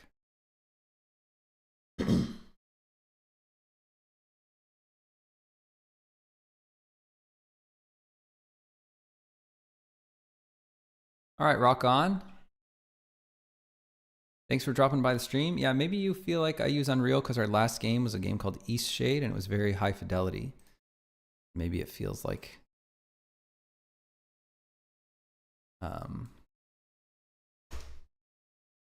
maybe you thought just visually that it would have been made in Unreal, but it was actually made in Unity. There's a link to our previous title, East Shade. So got two different prices for the herby dough. Maybe I should log. Yeah, it's definitely, we're getting multiple combos that use herby dough.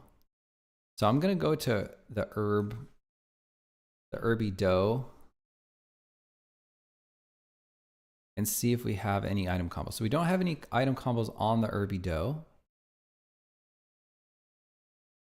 If I go to dough, if I type in, or if I go to the dough item data, so we do have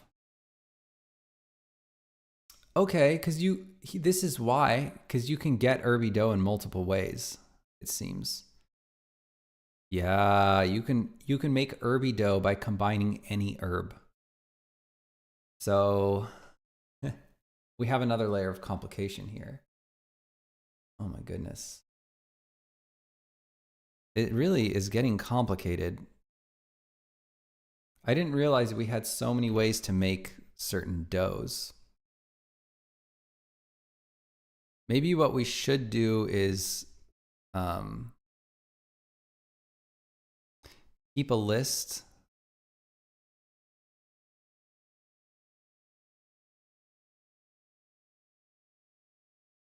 Keep a list of different doughs. So we'll call this like a list of item datas. Well, we'll just say like var dough. Unique doughs equals a new list of item datas. And then every time we come up with a unique, oh, did I copy that? Let me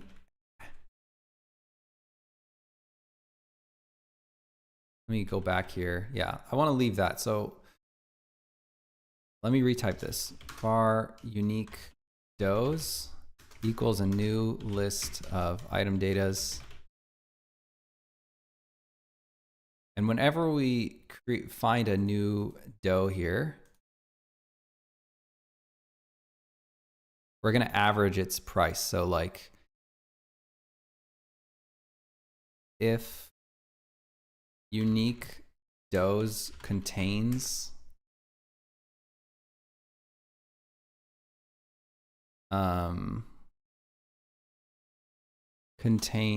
this dough, then we're actually just gonna maybe modify. We're gonna modify the price to average between these two things. So the dough value should be like,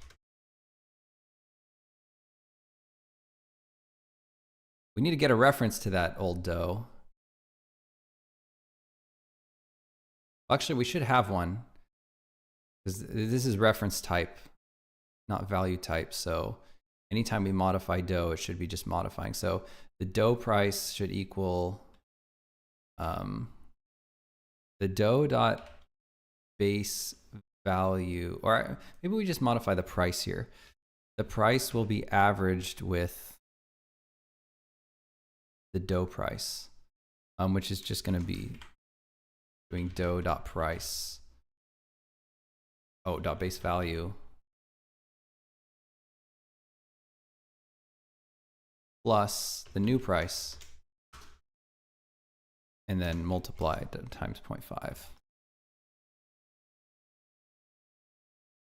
And we should never, oh, come on, you can do it. You can do it.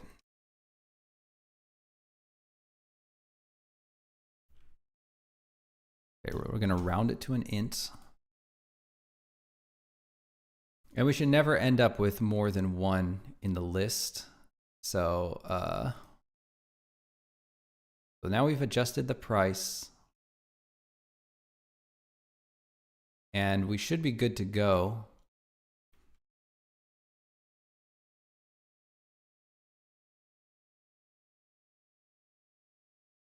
We want to set the price.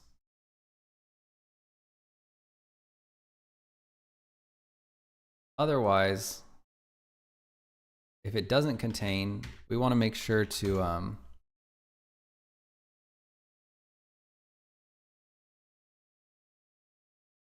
still set the price, but then add it to the list of unique doughs. Add this dough. Okay, then we go on to say bakes into, and it might even be more clear if we don't use price after this. I don't think we should log this. And I don't care if we set it dirty multiple times, that doesn't bother me. It might be just more clear, even though it theoretically should be the same thing.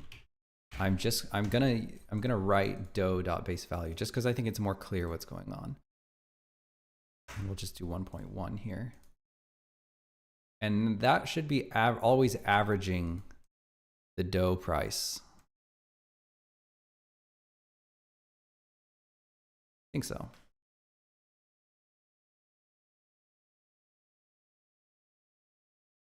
GoBot says Danny is a Unity boy through and through. I don't know about that. I do like Unity. Used a lot of engines in my time. Used UDK back when it was called UDK, Unreal. I've used CryEngine. I've used CryEngine commercially on a game, one of the few games made in CryEngine, and I also used it on portfolio pieces. I actually started eShade in CryEngine. And I've used 2 proprietary game engines.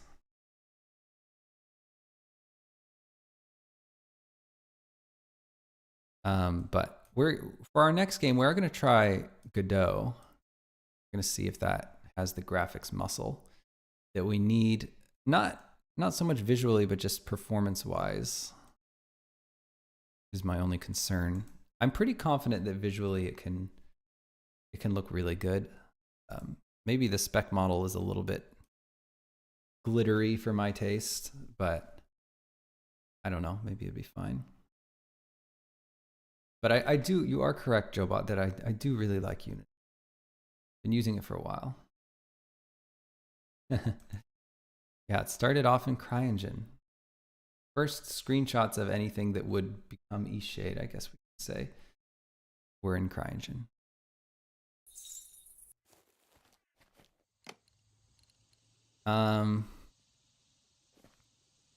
Right, I don't know why I'm jumping into play mode, just instinct. Wasting time, really.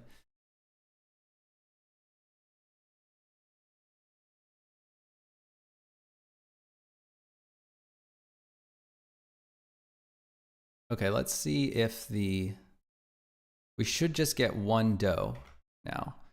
So let's go balance baked item prices. Okay, we did get a null reference exception, so I'm going to check out what we got here.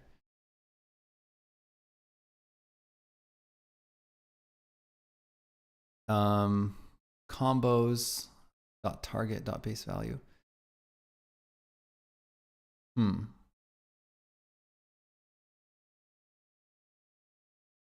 So some targets are null, is that correct? I mean, I can't imagine why we'd... You know what I'll do? I'll do like try. I don't know what's wrong with my voice. Try catch, and if we do catch, then I want you to tell me...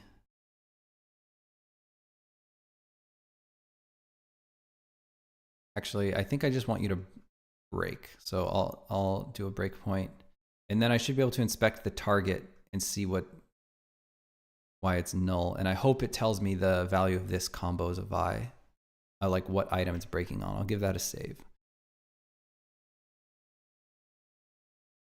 Rogue Wolf Dev asks, how long have I been a game dev? I started working in AAA games, how many years ago? 15 years ago, I think. 14 years ago? Yeah, let's go with 14 and a half years ago. I was quite young. My first job was at ArenaNet as an intern, as a 3D environment artist. And then I continued to work in 3D environment art for a few years, but I quit to go indie when I was 23, I think. And then started working on eShade. And eShade shipped in 2019. And I've been working on, after a year of support on that, I've been working on Songs of Glimmerwick since then.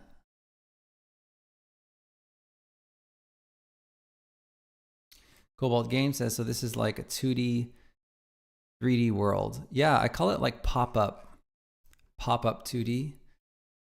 It's probably, I think it's a mix of 2D and 3D elements for sure. We've got some modeled out projected, we call them projected buildings, but they are illustrations of my wife, Jacqueline, projected onto these low poly proxies. And then we also have some things are actually completely modeled out. Like this is a full 3D model. It actually, like every single part is modeled out. Even the windows are modeled out. And I just try to model it like Jacqueline's illustration.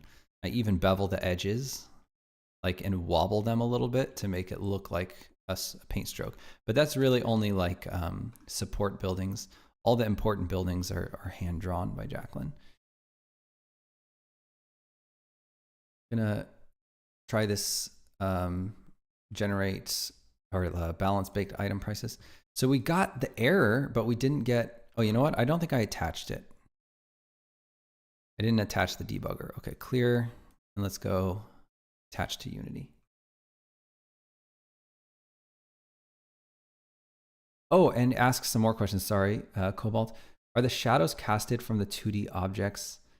Thank you. Thank you for the kind words.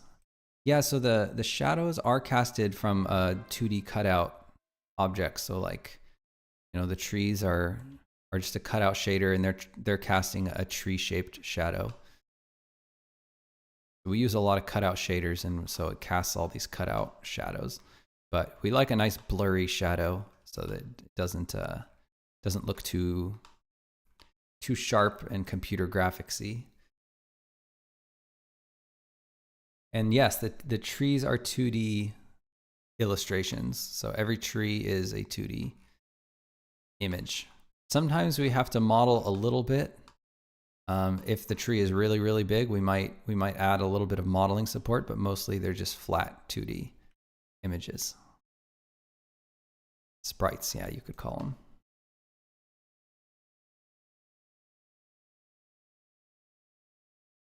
Mortadella asks, how do you blend the floor textures like stones and grass? We use a vertex splat shader, it's called, or sometimes people call it a vertex blend shader, or sometimes people just call it a splat shader or a blend shader. But yeah, it's using vertex color.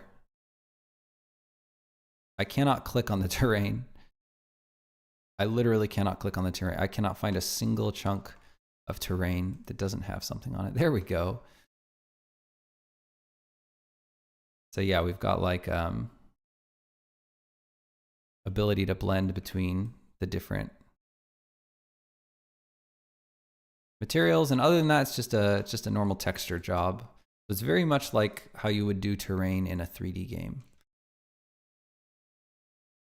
So now that I've attached the debugger, I should be able to run this generate. Oh no, it's balance baked items. There we go. Okay, so we got our breakpoint. Perfect. And now I'm hoping we can inspect this. Ah, we can't. See, that's stupid. I feel like it should. The target, well, at least the dough. It doesn't even tell me what the dough is. I feel like it should. I want to know what item we're on. So I'm just going to stop the debugger. I don't know why it's not telling me. It's confused. Feels like it should know that information because we're in a loop. So I'll just remove the breakpoint. Let's just delete the breakpoints. And instead of using the breakpoint, I'm just going to log, good old fashioned log, because I know the system knows obviously what item we're on. I'm going to log the target item that it doesn't like. Actually, I'm going to log two things. I'm going to log the item the combo is on, which should be, oh, we might not know that. I think it'll be like sources of I dot name, and then I'll just add a couple spaces here, and then we'll also add our combos of I dot target. And then we should know everything we need to go in and fix that problem.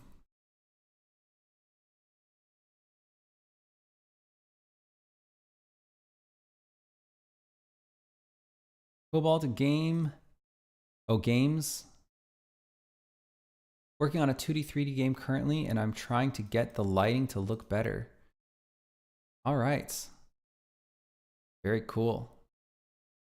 If you have a Steam page or something, you can link it, and I'd be happy to take a peek at it if you want to show it off. Love to see what you're cooking up. Thank you, Drill Star. You're very kind, Cobalt Games. Appreciate the kind words.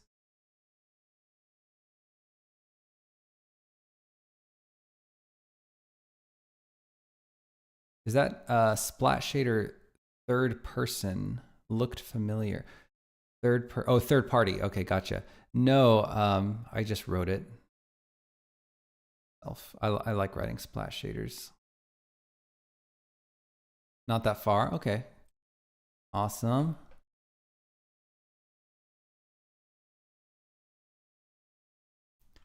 So now if I run the balance baked items, so we get watering can.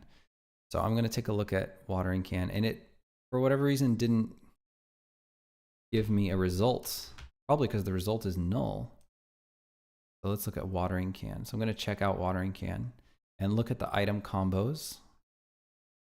And okay, check this out. So we've got a dough combined with nothing. So we don't want that. We want to delete that. That should get rid of one problem. And now if we clear out that console and run it again,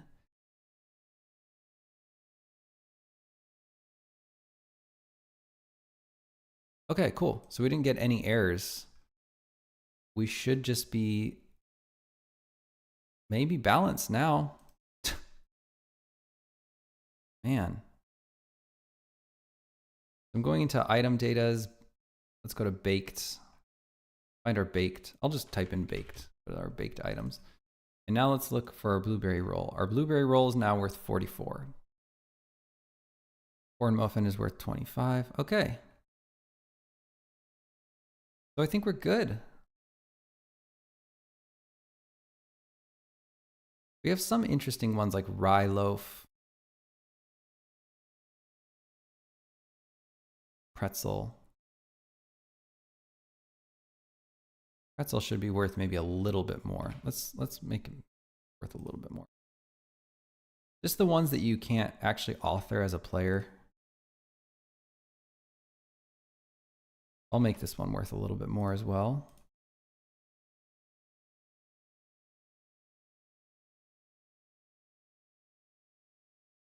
Oh yeah, and I wanted the mana recharge rate to be a little bit more significant.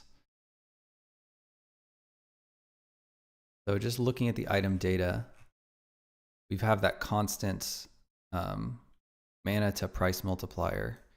And maybe we can change it to like 0.65. Maybe even more, 0.7, I don't know. Let's try 0.65. Let's make small changes first.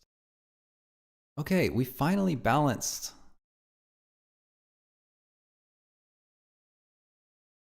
We finally got our script working, and it actually ran through. For anyone new to the stream, which I imagine are many people at this point, it's been a while. I've been trying to balance the baked items, the amount of mana they give you, and also the price of them in the store. And so we've linked them together. So the mana it gives you is based on the worth of the item. And now I just wrote a script that looks at all the ingredients that go into a particular baked good to determine the price. So now I just want to say a little log.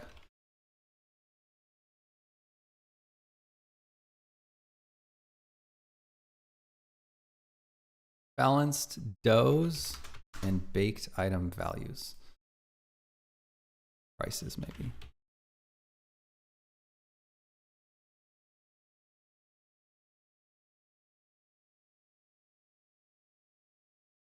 And now I'd like to pop into play mode, and I'd like to give all consumables. Pop into play mode.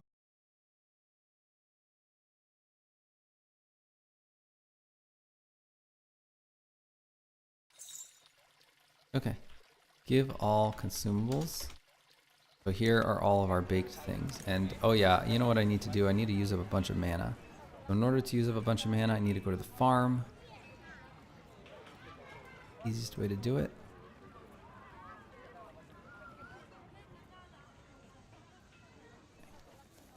And I will just till a bunch of plots. Okay, that took out all my mana. Now I'll just start eating stuff. Okay, so that babka really gave me a lot. Cool.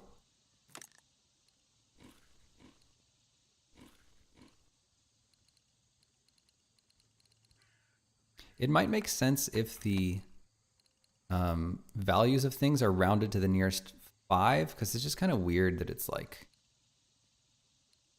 just random prices for some of these baked goods. Like, I guess gingerbread ended up being 50.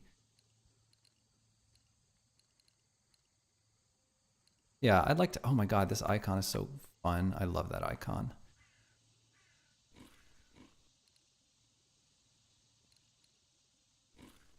Yeah, that gives barely anything. Okay, let's see. Pretzels are almost negligible. I feel like pretzels have to be worth more. Let's do that. Let's round it to the nearest 5. Even if that throws it off a little bit in terms of balance, that's okay. I think a little bit of unbalance in your balance is actually good, because then people will find things that they feel like they'll make discoveries like, oh, I feel like that one's a little bit better than the other one or whatever. And that's fine. It doesn't all have to be perfect as long as it's close. So let's go ahead and round to 5. And I know I've done this before. Somewhere in here, I always forget how to round to nearest 5. C#, round to nearest 5. Here we go. So this should just round us to the nearest 5. And we'll do that twice here. So we've got the base value. Here we're setting the price. So we want that to be rounded to the nearest 5.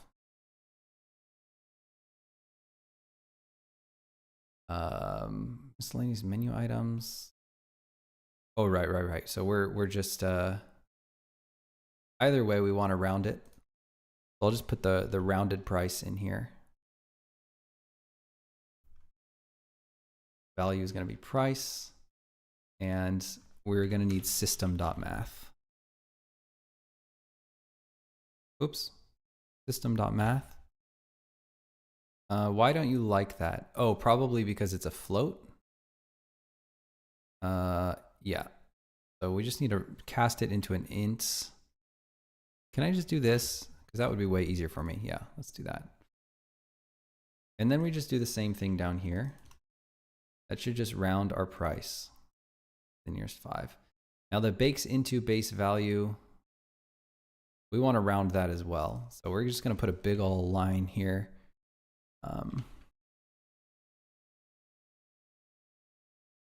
So we don't need that round to ints in there. We just need to replace price with this. And I'll go ahead and put it in parentheses. I know technically order of operations, we should be fine, but oh, maybe not actually. No, we've got a divide in there. So yeah, the parentheses are very important. Okay. Rogue Wolf Dev, do you ever modify scriptable objects during gameplay, or do you use them only as game data containers? We use them only as game data containers, for sure. We never modify those.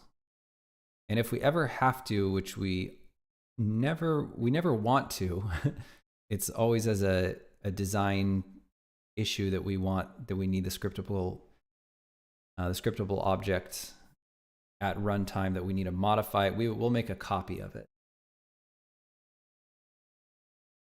Hey, thanks, JoeBot. Glad you dig the UI style.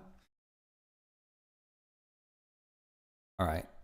Now, hopefully I hope I did that careful enough. Now, let's see, every time we set a price, so we set the bakes into, we set the dough price in both cases, and we're rounding it in both cases. So now, once we run this, balance baked item prices, we should get always multiples of 5. Cookie, 35, yeah. Corn muffin, 25. Chamomile cake, 90. Okay, yeah, so they're always by multiples of 5 now. And I think that's good. I wanted to make the pretzel worth a little bit more.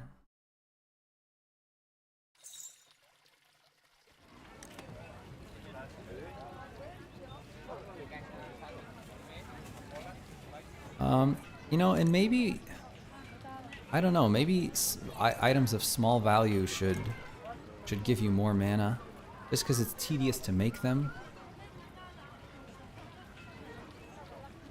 Give all consumables.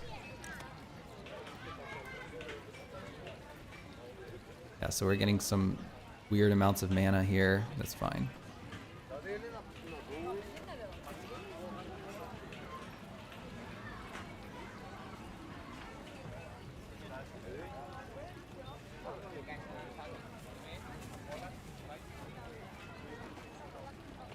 Yeah, I don't know. I don't know what the best approach is. I do think that maybe a bigger bonus.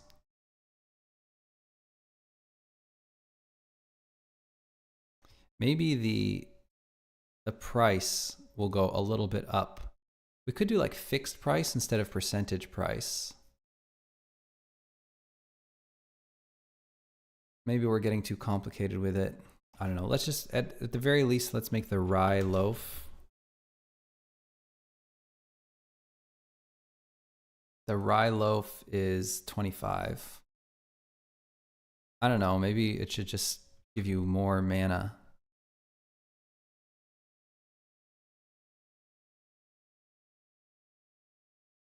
Let's maybe do it at the item data level. So I'm thinking very low worth items that barely give you any mana, it should just give you a little bit extra.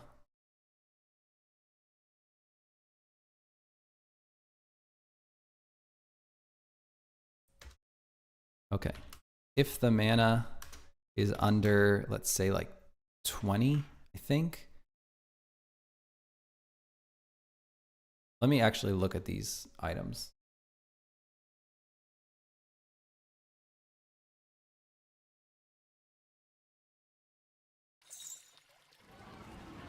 Give all consumables.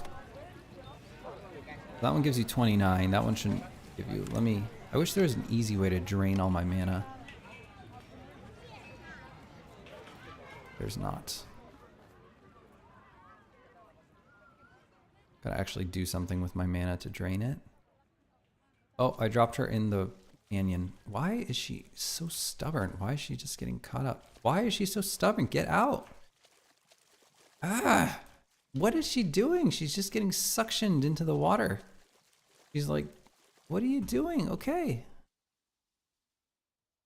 Oh my God, Jesus. She's stuck in there. She won't get out. Because your nav mesh agent isn't enabled. Maybe that's the issue. Usually I can drag her anywhere. Even while she's her agent is enabled.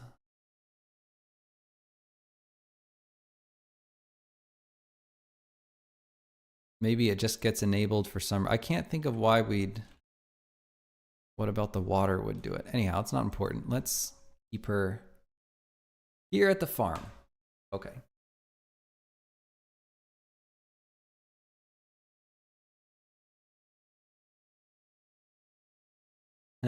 Yeah, modifying scriptable object. I know some people do it that way. Some people use them as data containers at runtime. I prefer to just use, C# classes for the data at runtime. And then scriptable objects, when I think about, the power of them, Really, it's just in the serialized data, the Unity serialized data. That's really why we use them. So, but I know there is a school of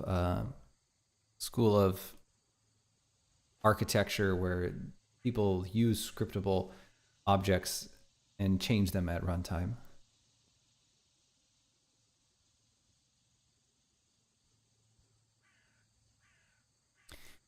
Dev says, if it can't find a valid path while you're dragging it, it won't let you move it there. Interesting. Oh, wow, I didn't know that. Okay, the more you know. Good tip. So that explains why in the water it can't move there, because it can't pathfind there. There's no path between the canyon. Interesting.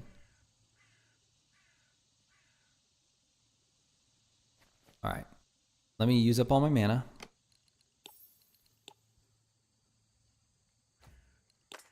And then give all consumables. And then look at all the values. So like this one's worth 23. And when I eat it, it's just kind of underwhelming. Like it doesn't really do much.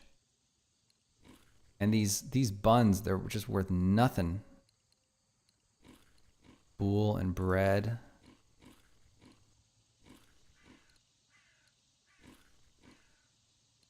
And like the pretzel's almost hard to even tell, even doing anything.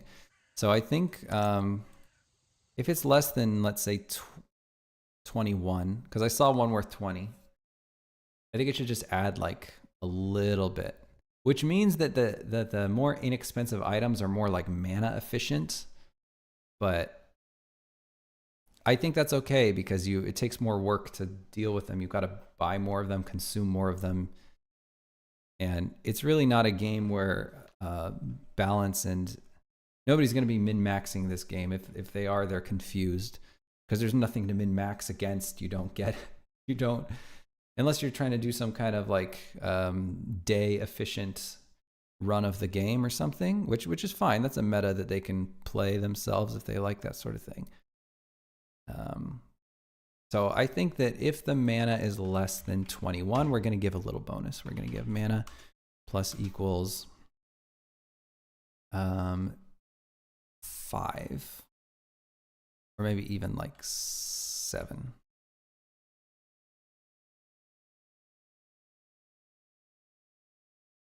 Yeah. Okay.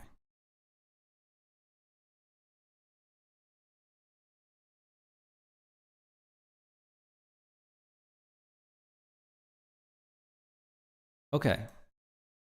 So we haven't changed anything with the bakes, with the bakables. Now, actually, I just want to jump into play mode and just see how it feels to eat the pretzels and see if it feels a little bit less useless. Because I mean, it gives you back enough mana to like mine one rock, and it seems just a little bit silly. It's like not even worth the trouble. Give all consumables. And then we're going to try eating a pretzel. It still feels pretty darn underwhelming.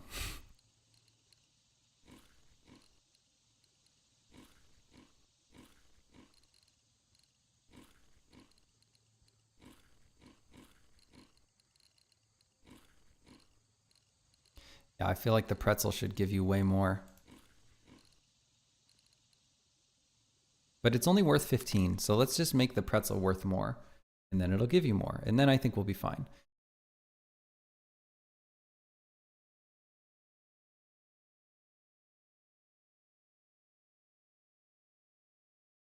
I also don't like that munch sound. I never know what to do for munch sounds in game. I think we maybe should just not even use a munch sound. I think nothing really makes a sound. If it's crunchy, it makes a sound, but a pretzel doesn't munch. You wouldn't really want to do like mouth noise. That's gross. Like crunching at least isn't gross, but if you're eating a piece of bread, if you mic yourself up, that's just, no, come on, that's disgusting. Okay, it's worth 20, and that's our final answer. I think I want to go with a different sort of consume noise. some kind of UI click or something. Because it feels bad to eat it. I don't like the noise it makes. I want to replace the munch. I'm going to go munch and I'm going to duplicate it, and let's go like call it old munch. I'll call it munch backup, and we can always use that if we want to, but everyone is pointing at this munch, most of the foods. What is silly munch? Honestly, that one's probably better, but it's still goofy. I don't think we necessarily want it to be goofy. Let me look through our audio folder and see if there's something that I think is going to be better for eating noises. Potato hit. I remember I recorded a bunch of potatoes.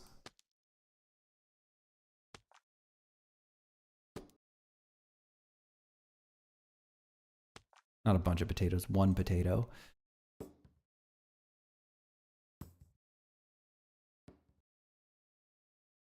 That's very unsatisfying. I don't think that's what we're going to want. Something maybe in the UI sort of direction, perhaps. Do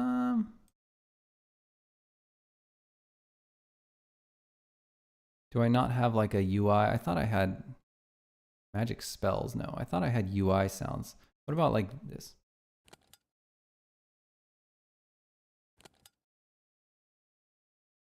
That doesn't sound like you're eating something. That sounds a little bit better.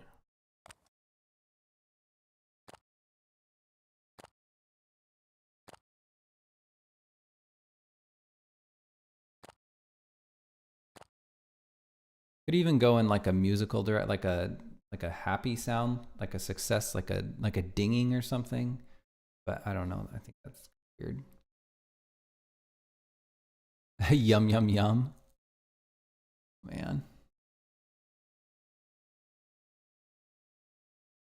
Moist lip smacking, not pleasant. Yeah, I'm thinking the same thing. Rogue Wolf says depends on the sound, but a crunchy munchy sound can be cool. Might work.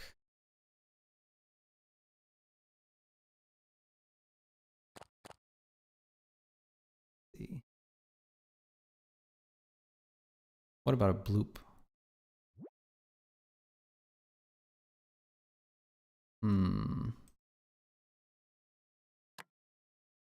We could just do like click.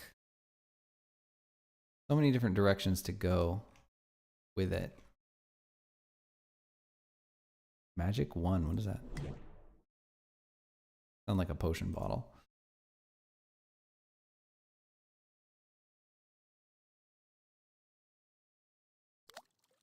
Nope, that's definitely not it. Small hit. None of these sound right at all. Yeah, something UI oriented or click oriented.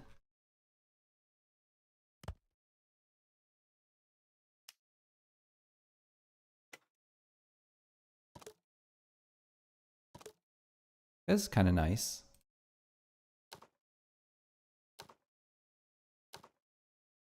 That sounds like a failure. I don't know. You know, I'm going to leave it munch. I feel like this is like the third time I've tried to replace this munch sound and never found anything quite right. Okay. Moving on. So, goodbye. So we've got that. Let's go ahead and check this in. Balancing pass on baked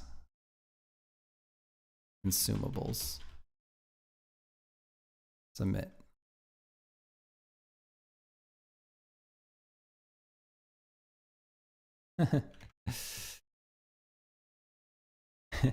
Yeah, there's a lot of stuff. But honestly, we have lists for each person. So, you know, no one person's in charge of everything. So I'm feeling pretty good. This is the shortest my list has been in a long time. Consumable effects.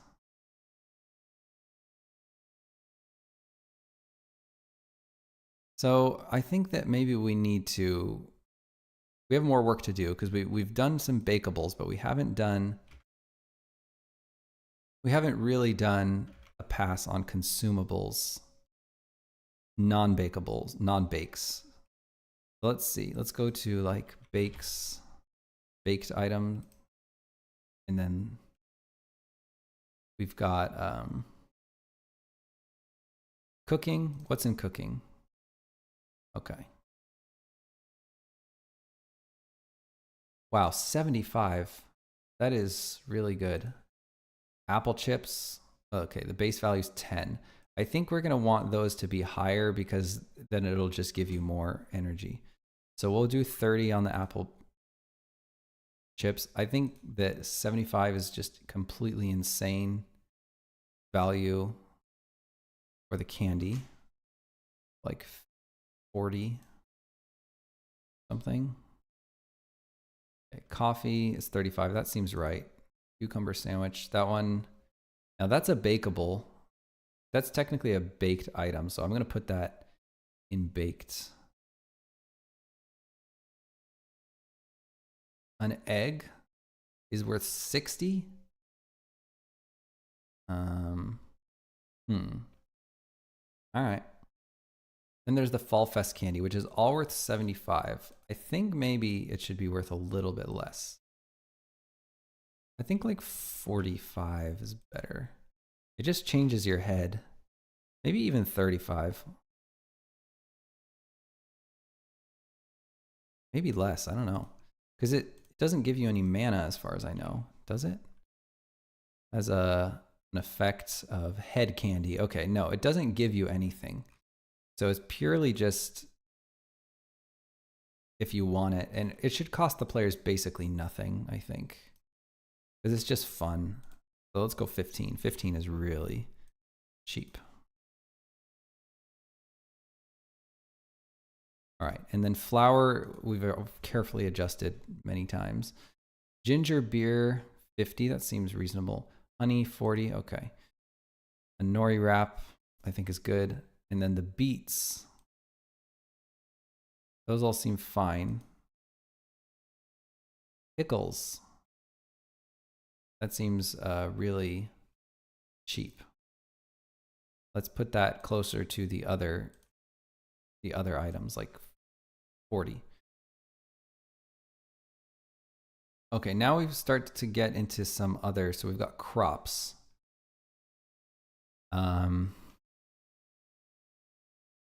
And let me see what, so she's made some notes here. Like Amber Dragon has +2 mana, but you can't consume. So we need to make sure that it's consumable if it has mana effect, but we need to ask ourselves, do we want to consume this? So let me look at the Amber Dragon. I think it's a crafting item. I don't see why you'd want to consume that. So let's go back to our crops folder. Crops. Yeah, I think Amber Dragon should not be consumable. And things that are not consumable should not have any effects. Basil is consumable and worth very little. We might want to make a script for this too. Like, is this even consumable? Let's see. I'm just looking for consumable. Equipable, sellable, placeable. Where is consumable, man?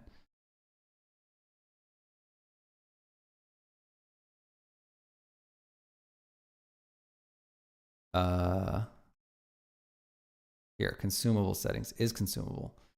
So I guess you can technically eat basil, but I think it's kind of weird. So let's just get rid of, let's make it not consumable and make it have no effect. Okay, a beet. Now a beet you can't really eat until you cook it, but I don't think we have a cooked beet in the game. And it just kind of adds unnecessary complexity. But it is consumable. Maybe we'll just let players eat it, I don't know. And it gives you mana. Belated hellebore.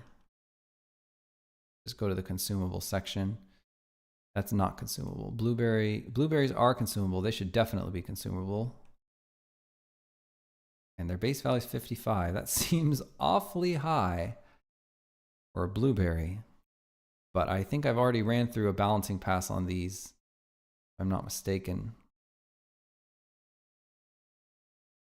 Forage.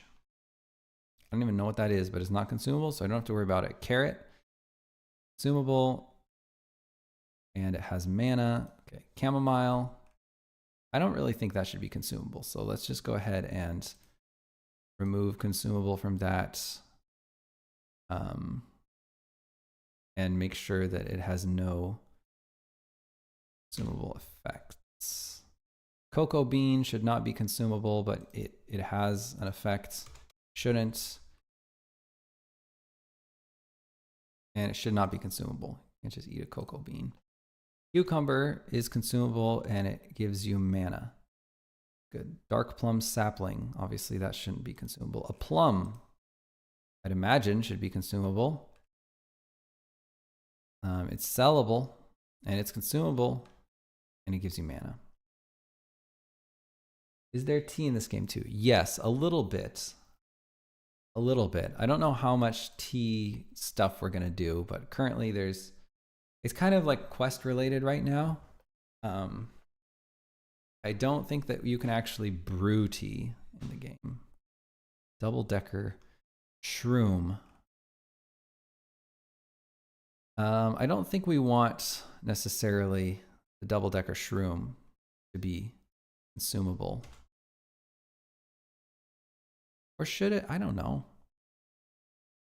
I don't know what mushrooms you should be able to eat and which ones you shouldn't. Maybe we'll just let you. Yeah, let's just revert that. Revert. So if it's going to be consumable, we want to make sure that it has a mana. It does. Dead sorrel definitely should not have an effect. There ain't no way anybody should be eating that. As long as there's tea. Is file locking part of Unity version control / plastic SCM? File locking is part of Perforce. And it does it at the Windows level, and now built into Perforce or built into Unity is Perforce support, where it actually talks to the Perforce server, and it also, I think, checks the read-only status on files on your computer to see if they are checked out or not. But yeah, we're using Perforce. I don't know what plastic SCM does. I've never used it before. Okay, dead sorrel, not consumable and has no effects. Eggplants. I don't even know if an eggplant is in the game, but it should definitely be consumable and it has a mana effect. Great. A fallberry.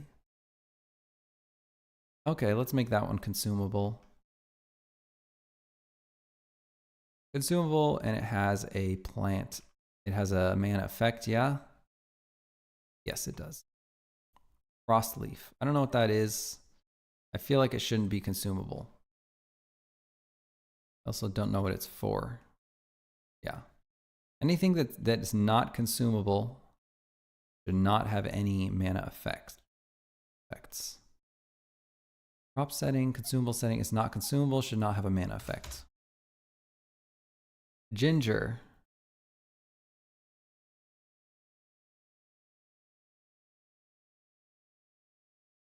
Ginger has a mana effect. And it is consumable. So ginger's fine. Bloomroot. That doesn't sound like something you should eat. How many? Illegal berry. I imagine you definitely don't want to be eating that. So it is consumable, actually. And it gives you mana. That's not right. Why would that have been the case? Illegal berry should definitely not be consumable and not have any effects. Kale, I don't know. Can you eat that? I mean, you can definitely eat it. But will it add anything? Should we just let players eat it? Give them a tiny bit of mana? Sure, why not? The Lake Dew Lily is a quest plant. So that one should not have to, nobody should be eating that. Checking for the consumable, it's not consumable, so we want to make sure it doesn't have any effects. Yeah, 0 effects. Okay, lavender. Do we want players eating lavender? I don't think so. I mean, nobody really just eats lavender, so let's just say not consumable and 0 mana. Marigold. Not going to be eating any marigold. Not consumable. Marjoram. More of a spice or an herb. Sure, you can eat marjoram if you want. We'll let you eat mint too. Make sure that's consumable. It is.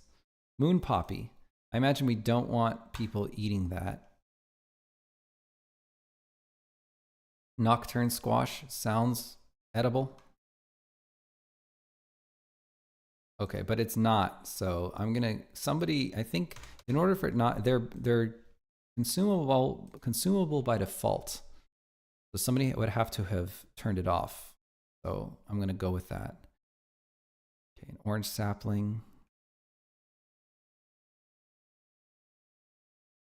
It's weird.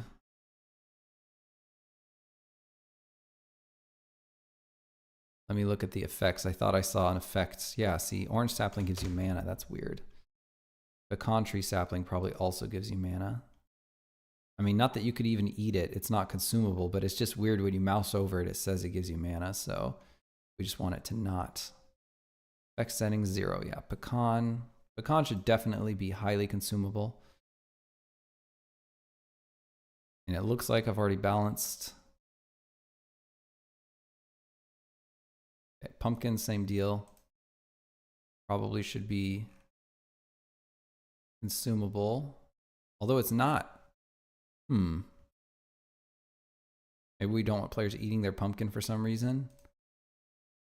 I don't think the pumpkin ever goes into your inventory, actually. But if it ever did, it'd be kind of weird if you couldn't eat it. So, oh, it doesn't have any plant effects. And you know what? I'm going to go with not consumable. Okay. We're over halfway through.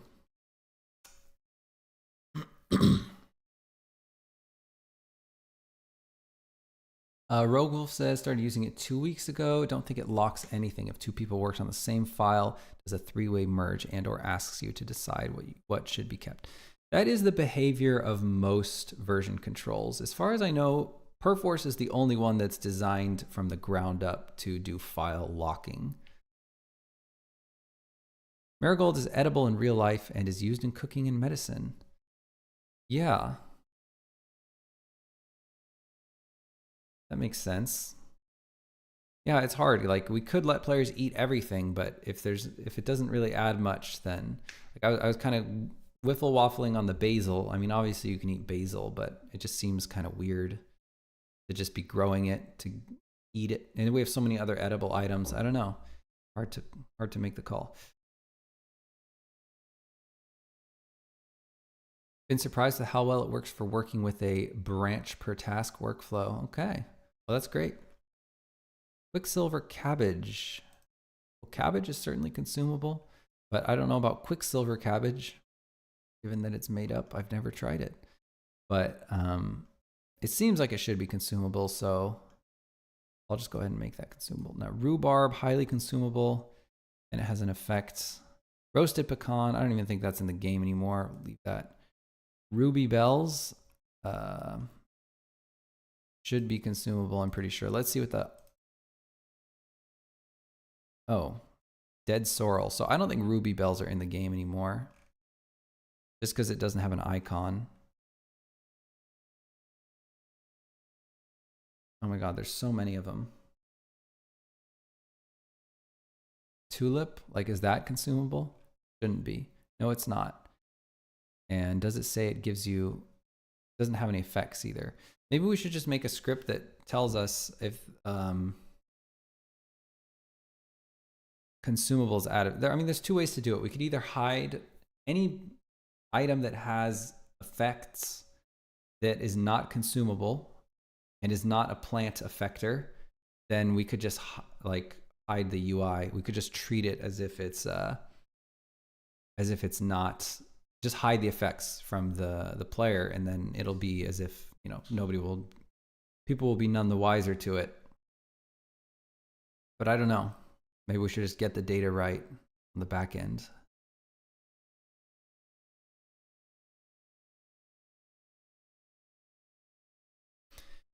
Okay, tomato, certainly highly consumable, should be.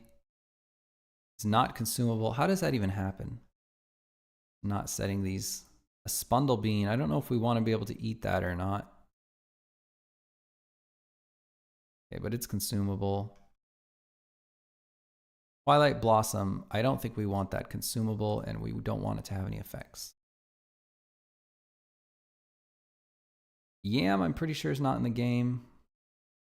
So what I'll do is I'll go to Jenny's notes, because these are ones she actually saw in her playthrough. So at the very least, we should get these done. Like fiddleheads. We'll make that one consumable. I think it makes sense, like you should eat them. Basil can't be consumed. You know, actually, I'll go ask Jacqueline. Let's see what she thinks about the herbs.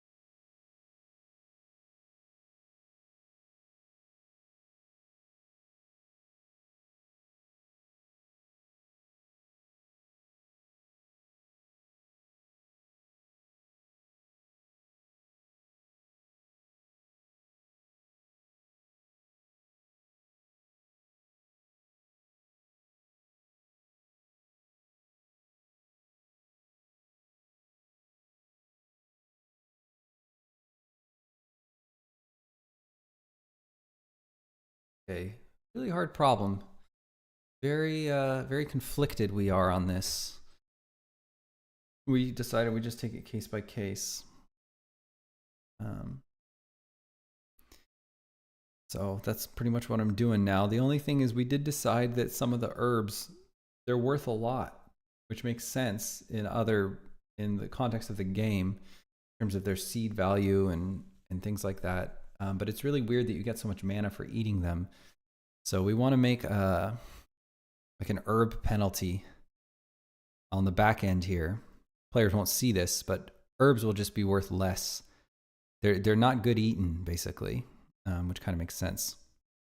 They'll be worth a lot more if you turn them into something. So that's much better.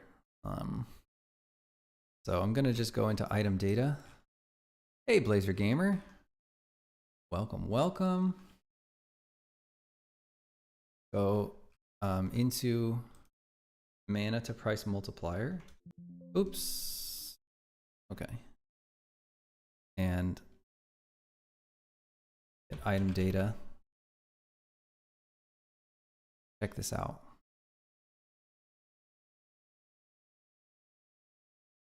And then I'm going to make another one called herb penalty. Herb penalty. And it's going to be, I think it's going to be 0.5. Yeah, could even be worse than that, but we'll start with 0.5.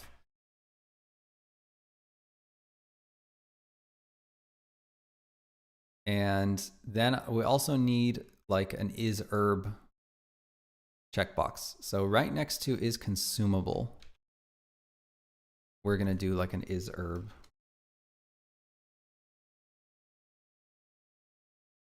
And it'll be false by default.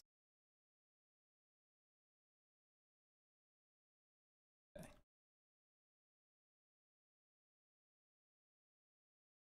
All right, Blazer Gamer, no worries. Thank you for dropping by.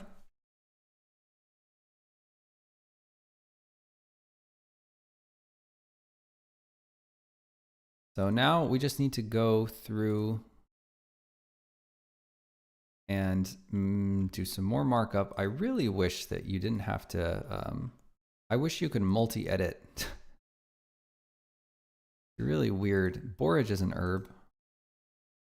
Is herb. Oh, but it's not consumable. But borage is edible, right?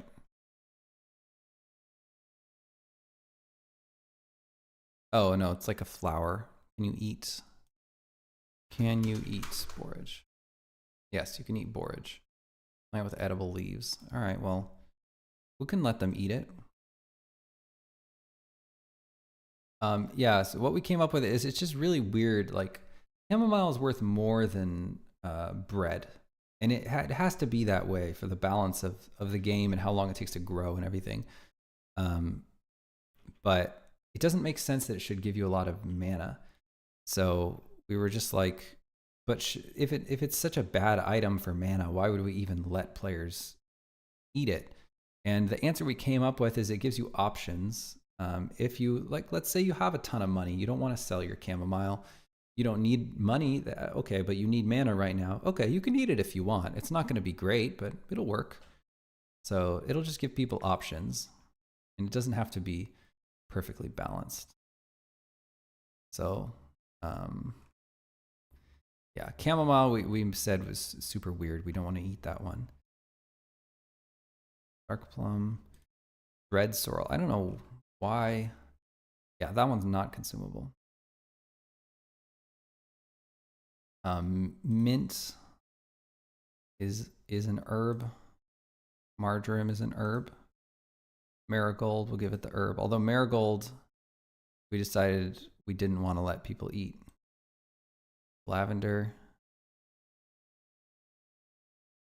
Lavender's just weird to eat. Kale will give you an herb. An herb penalty. Con pumpkin. Sleepless peas. See, I don't know if we want to be eating that.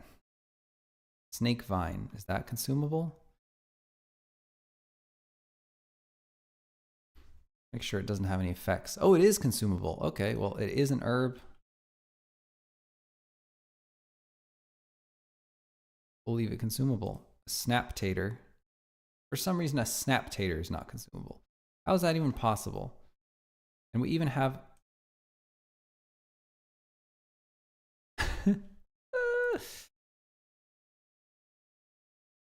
Let's see. Why would a snap tater not be consumable? I have no idea. But let's make sure it is. That just makes no sense. It is consumable and it has a mana. Oh, it doesn't have a mana effect. We'll make it have a mana effect. Icon. Mana. Is that what all of the other ones have? Yeah. Okay, cool.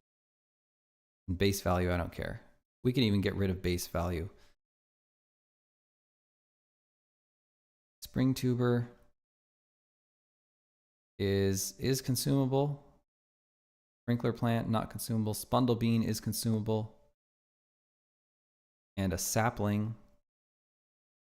Spundle bean sapling does not have any effects, which is good.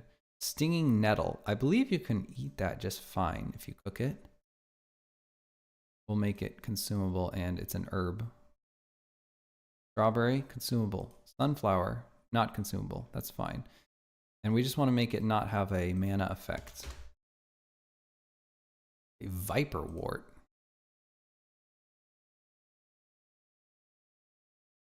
Consumable and an herb. Sure. Whistling peach sapling. Want to make sure that doesn't have any effects. It does not. And then a whistling peach gives you mana. And it's consumable. Witchfire is not consumable, so it should not have a mana effect. And a yam, I don't even think is in the game anymore, but I'll just make sure that it's correct anyway. If a yam was in the game, it would certainly be consumable. Okay. Oh yeah, and then we have some of these. Yeah, that's an herb. Cool. So we got that. All right. Now let's look at our, here we go. So we were saying that maybe the mushrooms we want to make all not consumable. I wish there was an easy way to get a list of mushrooms, but there's not.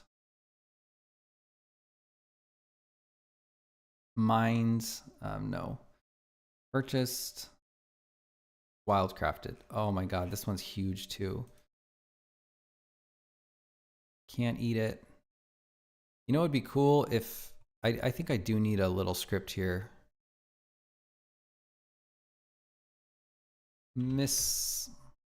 Miscellaneous menu items. Let's check that out. And I'm gonna put a new script that goes through every item.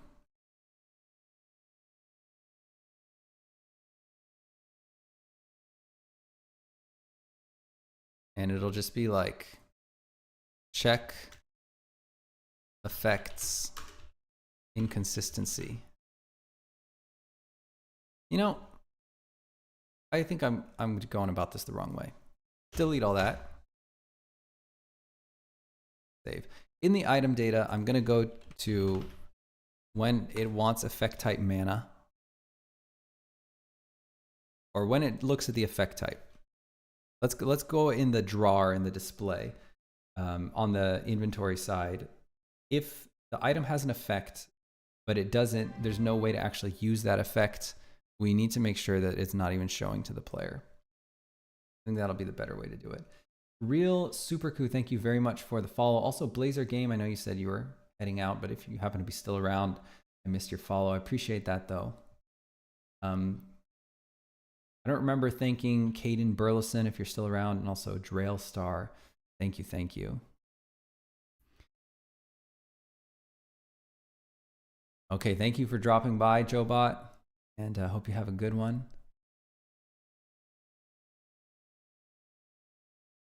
Okay, so looking at, it's going to be somewhere in the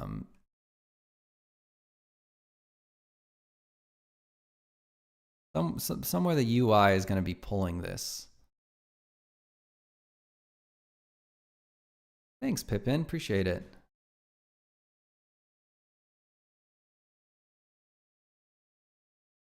So this is the apply plant effect. That's for using the item. What I want is for the displayer to be drawing the item. Actually, we're not even concerned about effect type. Just occurred to me. We're actually just concerned about the effect. The effects. Whoever's looking at this list of effects, which is so many people, crazy. Okay, appearance data. It's going to be, here we go. Item info card. That's what we want. So here we go. We're drawing all the effects.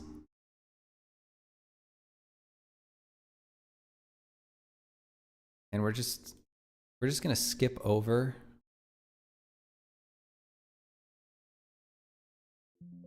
Oops, let me check this file out. Item info card.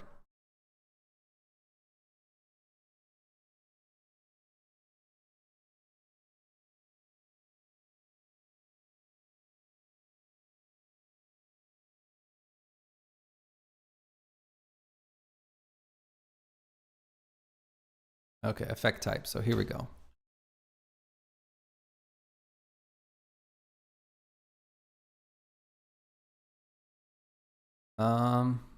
Yeah, this should be fine.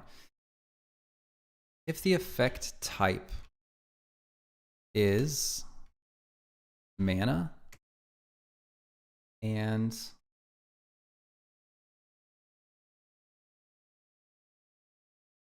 the item data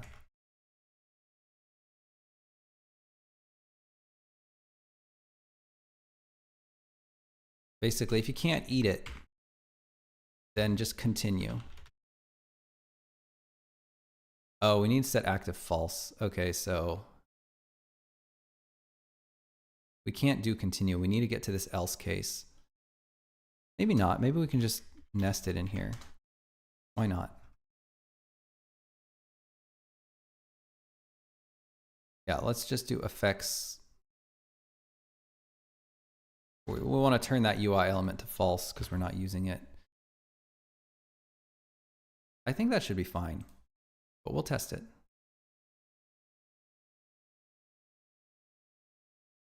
Then we don't have to worry so much about making sure that the backend data is correct. We just have to worry about making things edible when we want them to be edible.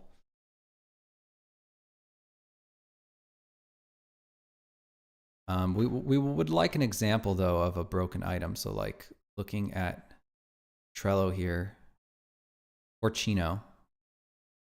Let me check Porcino.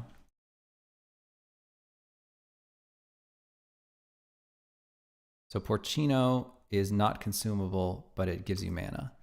So let's see if it works.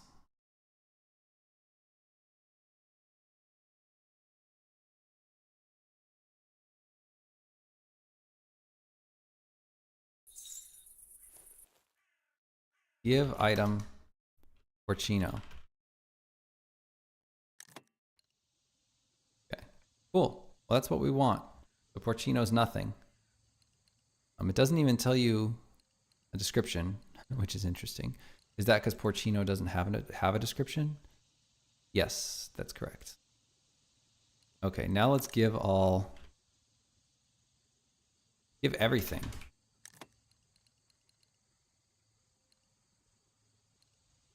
Why doesn't, oh, that doesn't have, right, you can't eat dough. Oh. Perfect. This is +3 fishing. We need to not do that. There's no fishing benefit anymore.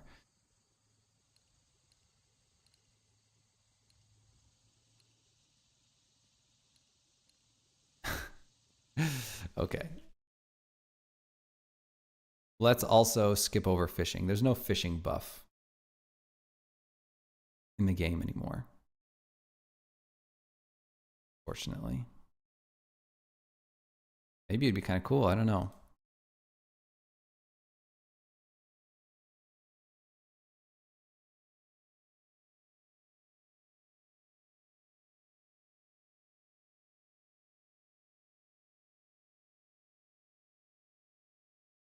I don't even know how the phishing buff would manifest.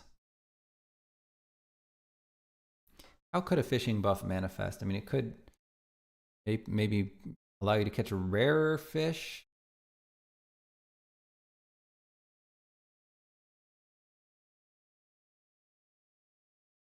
Is phishing buff worth it? I'll put that in design.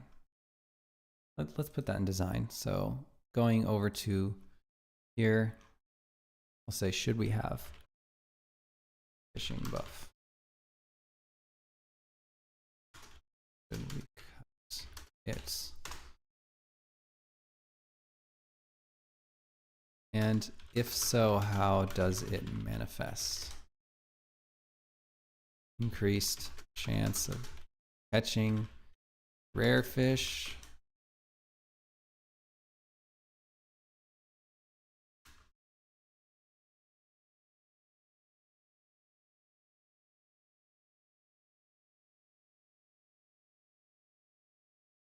Pads the score.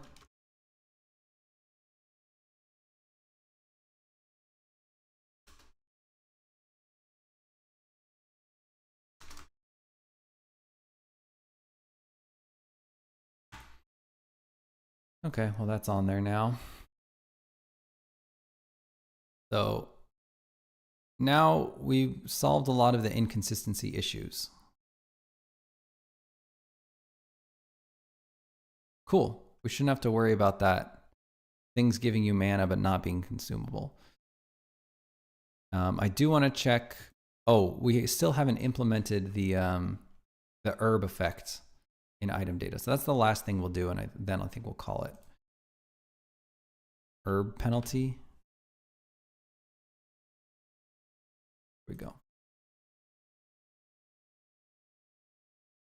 Okay, boost small items so eating them doesn't feel so insignificant.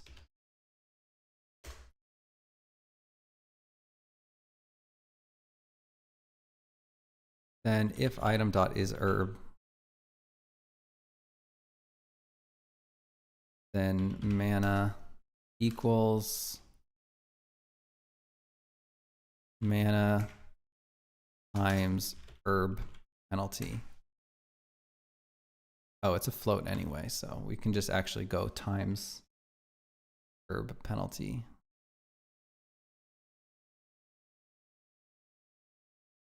And now let's just go see the values.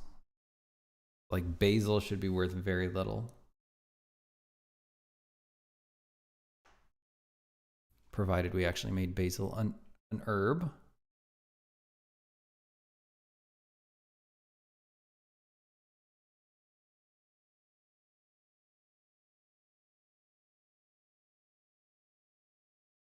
Did we? It is, and it's not consumable. We wanted it to be consumable. So I'll just give it back that mana.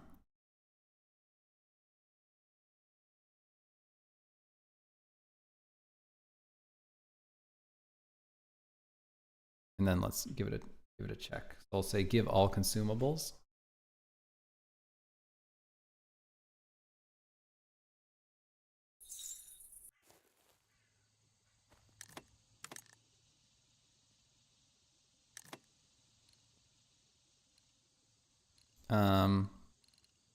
It's like basil didn't make it in. Throw that on the floor. And then give item basil. Okay, so basil's worth 5. I don't know. Doesn't seem like it's working.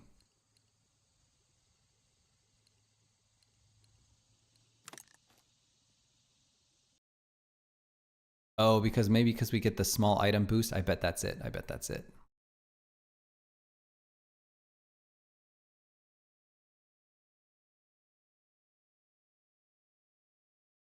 Well, that's pretty insignificant, I guess. So maybe we'll just let it be worth 5.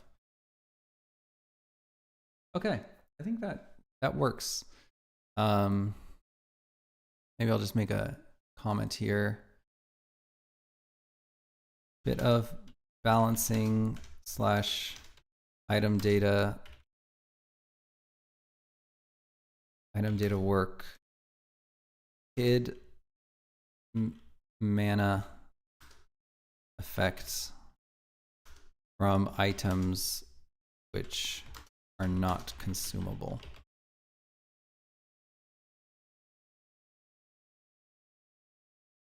All right.